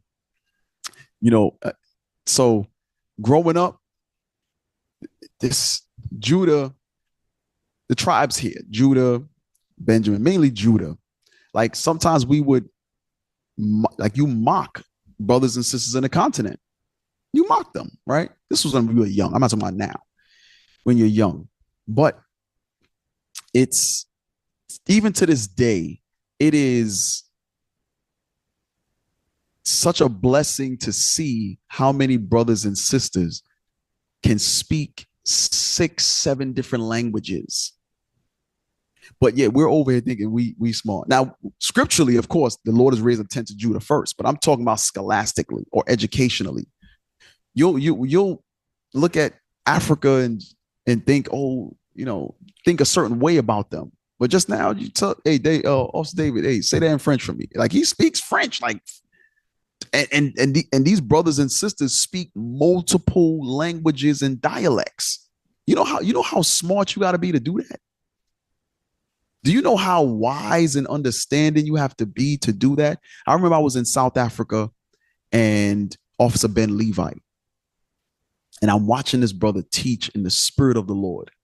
I'm like, man, this brother, all the brothers, Officer Abdias, Officer Lemuel, all these brothers is teaching in the spirit. And I'm watching, but this particular day, Officer Ben Levi is teaching, and the brother, he's teaching in English, perfect English. And I'm like, okay, this brother teaching in Spanish, but the crowd that came up had trouble understanding English, and to watch this brother just switch back and forth, I was blown away. So I have to commend you brothers and sisters on the continent and internationally, because you all are set up to do a mighty work, man. You all are set up to do a mighty, mighty work. So here we are. The Lord made you all learn English in order for the tents of Judah to give you the understanding. I'm going to say that again. The Lord made you. It ain't because of school. It ain't because you wanted a job. The Lord made you learn English so that the tents of Judah could teach you this glorious gospel. Now it's your job in the various languages and dialects that you know.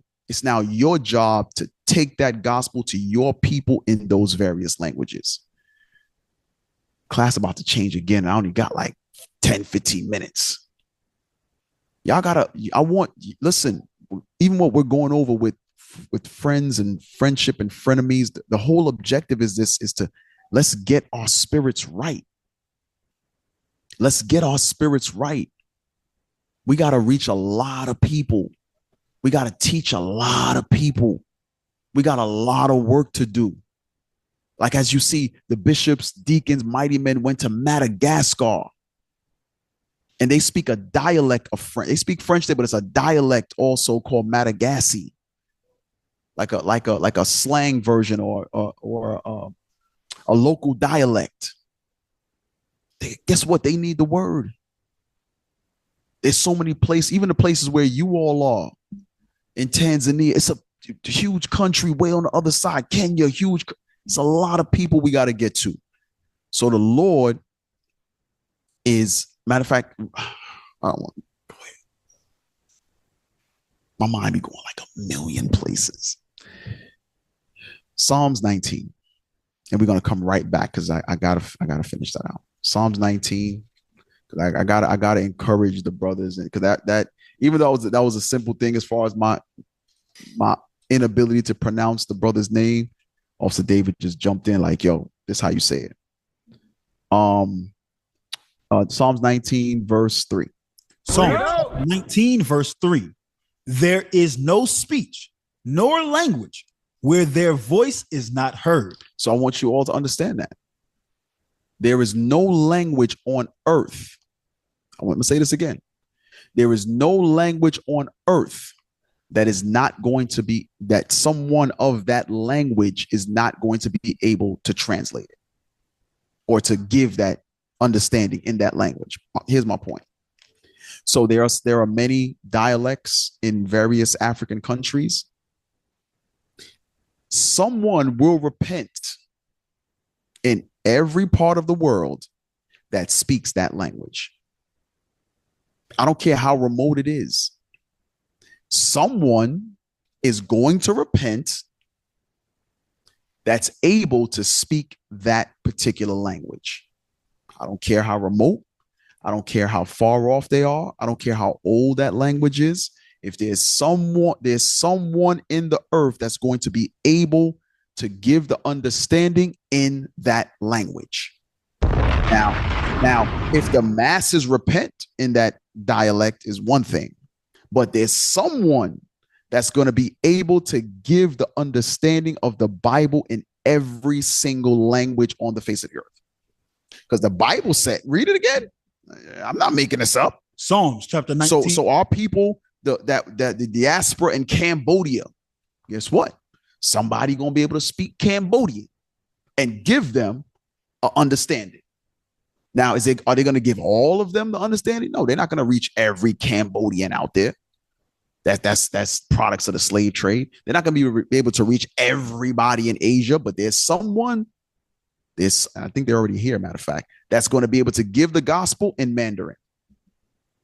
Someone is going to give the gospel in Tweet, which they already are. Someone is going to give the gospel. The list goes on and on. If there's a language out there, God says there's going to be someone who repents that's going to give the gospel in that language. Because read it again. Psalms chapter 19, verse 3.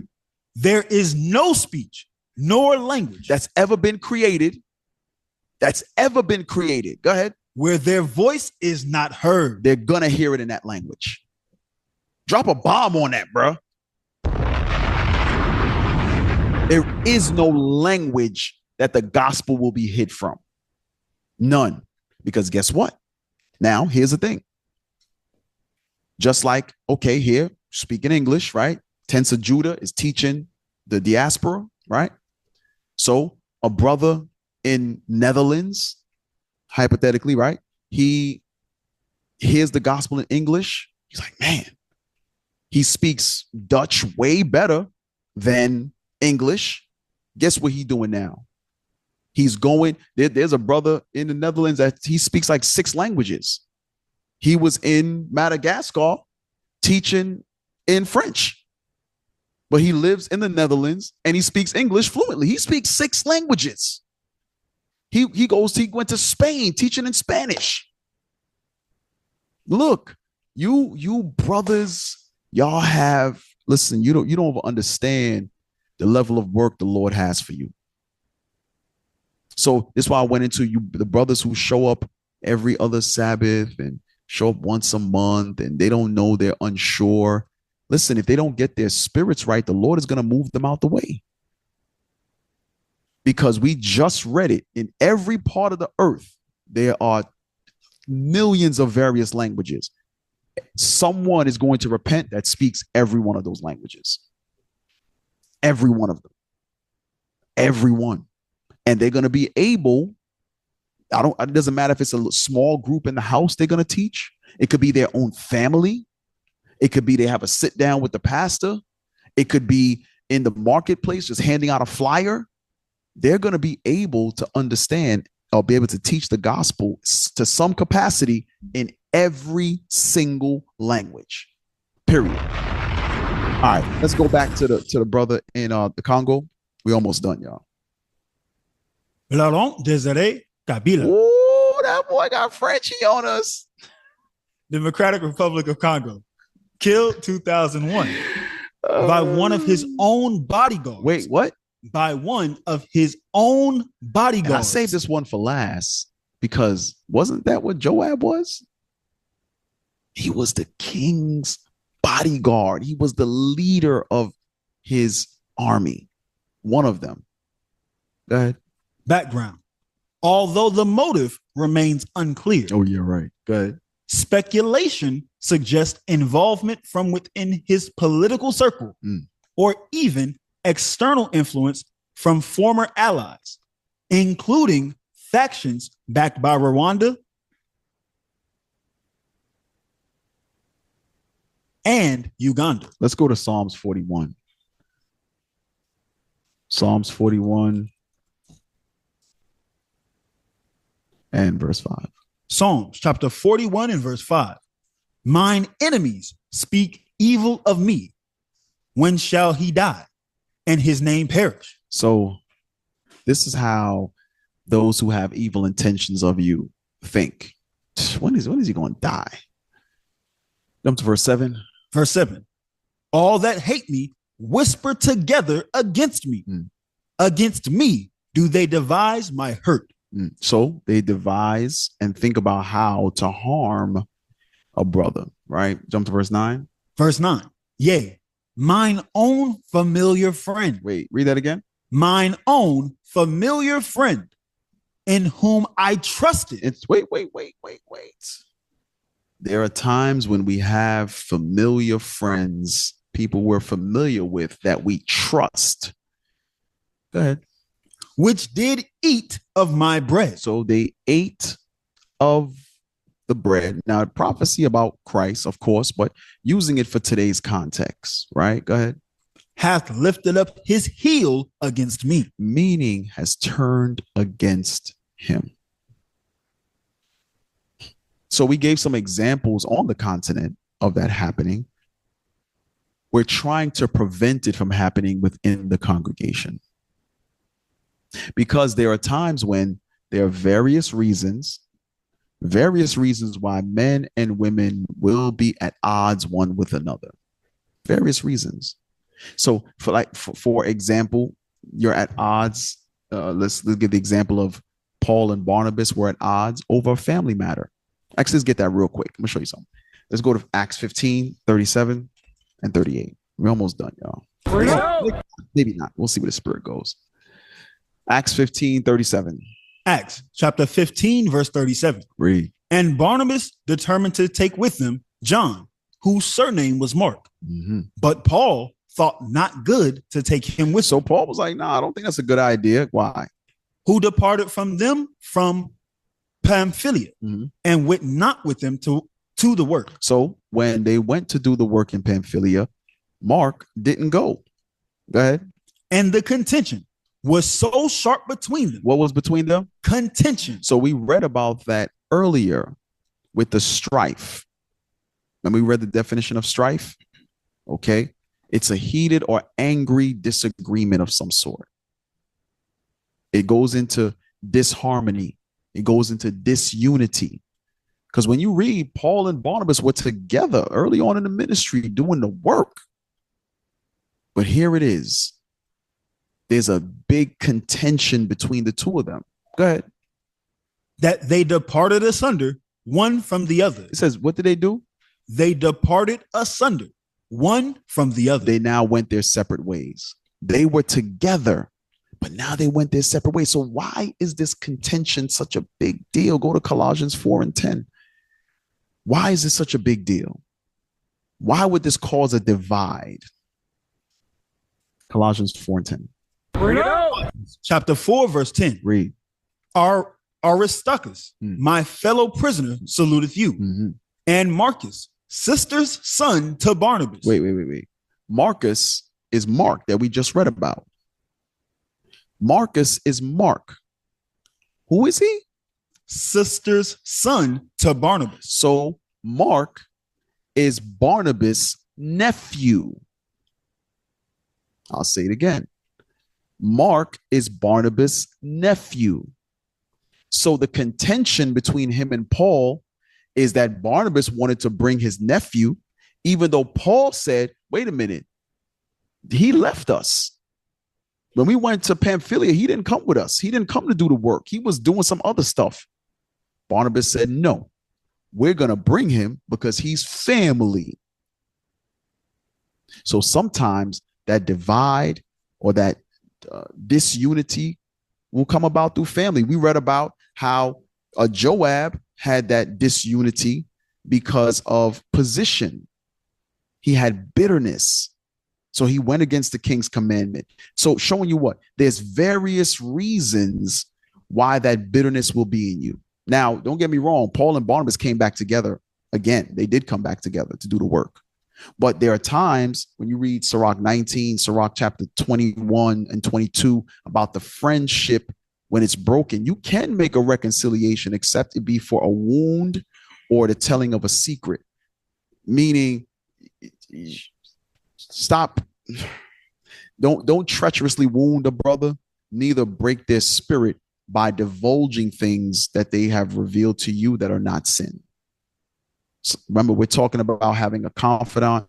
Give me that in Malachi 3:16 real quick. Having a confidant, having a counselor of 1,000, like it says in Sirach chapter 6 and verse 8, having that counselor of 1,000. So you're getting counsel from someone and they may reveal something to you. It may be they have a plague, right? They were, it could be through sexual deviance in the past, or they could have been married before and their spouse gave them something. There's various reasons, but let's say they reveal that to you or something even more secretive, and it's not involving sin. Don't go noise that abroad, because it says you can lose a friend by the revealing of secrets. And it's not talking about secret sin. Secret sin, you reveal it. But there's some times when you gain that brotherhood, you gain that camaraderie, you gain that unity, you gain that counselor, you're going to reveal certain things to them. And it's not for any of you counselors to stand on the microphone and say, hey, you all know that brother such and such is plagued or sister such and such is plagued. That's not for you to do, because you can lose that friend just by doing that. Right? Go ahead. Malachi chapter 3, verse 16. Then they that feared the Lord spake often one to another. So they that fear the Lord spoke often one to another. Spoke often one to another. So we have to get that spirit fixed, because we do have broken spirits within us. And we come into the congregation and we try to act like we're normal. We try to act like we ain't normal. We are not normal. Okay. Was that Sirach 6 about directing your friendship? 6:17. Let's read that real quick. So it says, them that fear the Lord. So it goes right back to, remember, it says, if you fear the Lord, you'll gain a faithful friend. If you fear the Lord, you'll speak often one to another. Read that in Sirach 6. Sirach chapter 6. Sirach chapter 6, verse 17. Whoso feareth the Lord. Here it is again. Whoso feareth the Lord. It goes right back to your first order of business is the fear of God. Go ahead. shall direct his friendship aright. There it is right there. You'll direct your friendship aright.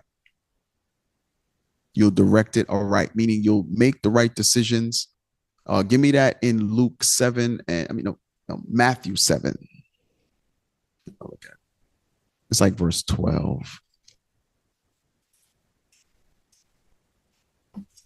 We're almost done. I know I said that 10 minutes ago. Matthew 7:12. Matthew chapter 7, verse 12. Therefore, all things whatsoever ye would that men should do to you. So the things that you want, that you would want someone to do to you, do ye even so to them. So, meaning treat others as you would want to be treated. So when you direct your friendship aright, you're treating them as you would like to be treated. So you're not going to deal with them for due to covetousness. It's not going to be because of lust. It's not going to be because of envy and hatred. Listen, we all are trying to get ourselves right. There's a little bit of all of that within all of us. Your job is to recognize it and purge it, fast on it, pray on it, light those incense in the house to burn them damn spirits that you got up in there. Okay. Throw away the bones in your closet. Throw them away. Because the things that a brother or sister does to you, sometimes the friendship is only one-sided. God says it can't be one-sided. It cannot be one-sided. You have to direct your friendship aright. Real quick, we're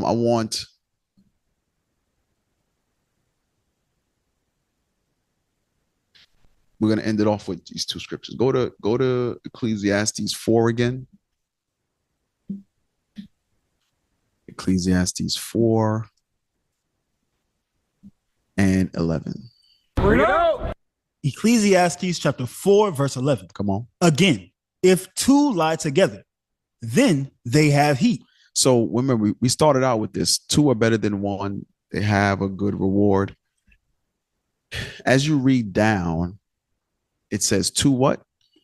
Again, if two lie together, then they have heat. So two lie together because it's necessary, especially in the mean season. Lying together, you'll be able to gather body heat, right? And then these historically goes into on some of these in the husbandry field, meaning in the farming field, as the time grew colder, as they would reap harvest, they would stay on the property. They would stay on the property to reap the harvest in order to whether be replant, things of that nature. The weather would vary. So it gets cold. So there would be like boarding houses on the property for brothers that work the property to stay, just like now. You have the butler's quarters, right? They have their own portion of the house or their own little one bedroom stuff when you have money. Same thing back then. So they would be in rooming houses, so to speak. The white man took the same thing and they call them slave quarters. He did the same thing. But at one time when we had our own, that was the job. So brothers, just like now, we hit the road to go on a blitz. You got to stay in a hotel. We sleep head to foot. It is what it is. We thug it out. Brothers be on the floor. Hey, listen, I got pictures, man. Brothers be piled up in a room trying to just, we ain't got it. So we got to put all our little pennies together. Brothers be piled in. Right? So read that again. Again, if two lie together, then they have heat. But how can one be warm alone? So how can you be warm alone? But there's something real spiritual about that. So two will be together, right? Two will be together. So they'll be sharing that boarding house, sharing that closed space, sharing that bed in order to get up in the morning and get back to work, right? Let's go to Luke 17. Here's what you're in danger of. Luke 17. Start at verse 34. Luke, chapter 17, verse 34.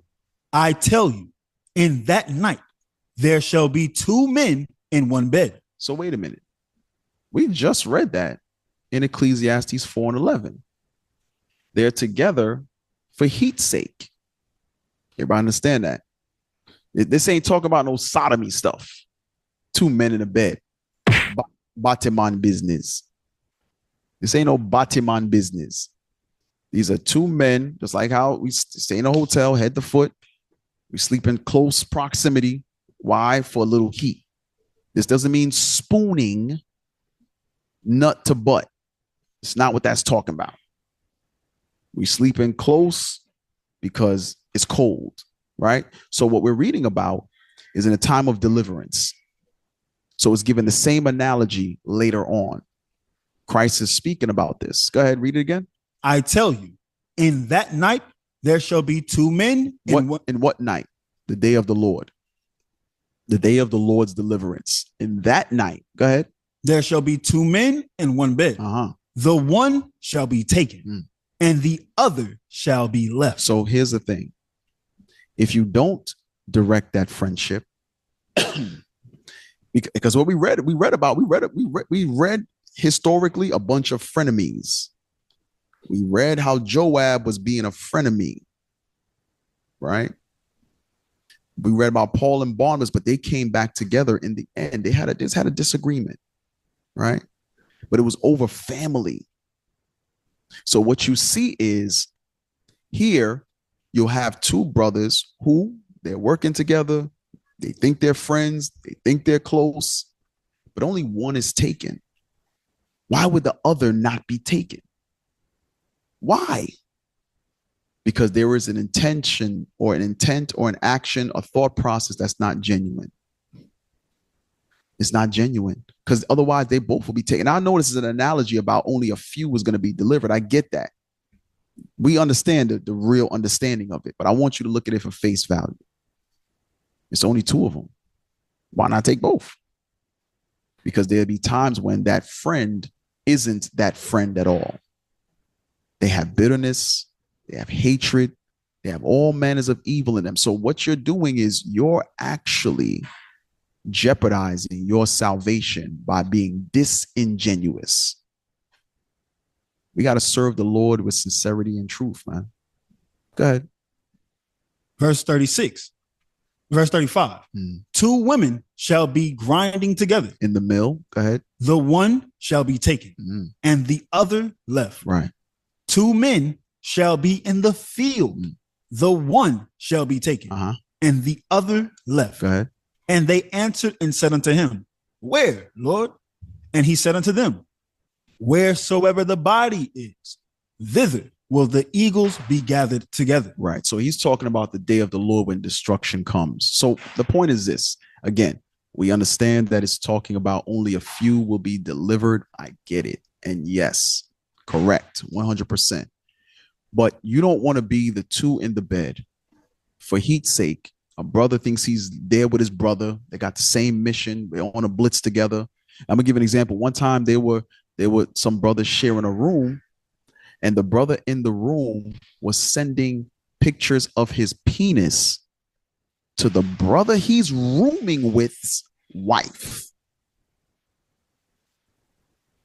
So we're not making this stuff up. This is not coming from a place of, I don't know what to talk about in class. The Lord said, listen, when I realized last night I was teaching, hey, bro, look, what we going over? I'm looking, I said, you know what? I want to touch on this.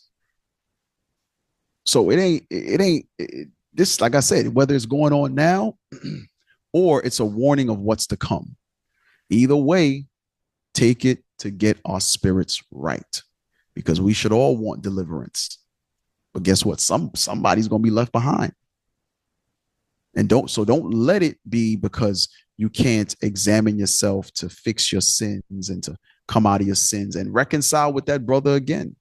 Don't let it be that. Don't turn into a frenemy. Now you've turned on the gospel. You've now turned to much evil. Don't be that guy. So Lord's will, I'll end it there. I went a few minutes over, but Lord's will, brothers and sisters, got something from the class. We're edified. There's some stuff that I did leave out, but it all be to the glory of God, man. All right. So I pray all you brothers and sisters have a happy. pray that y'all continue to labor to bring forth, be in pain to bring forth, because we got a kingdom to get. All right.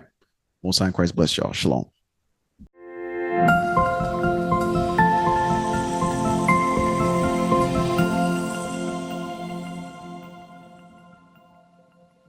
What is the nation?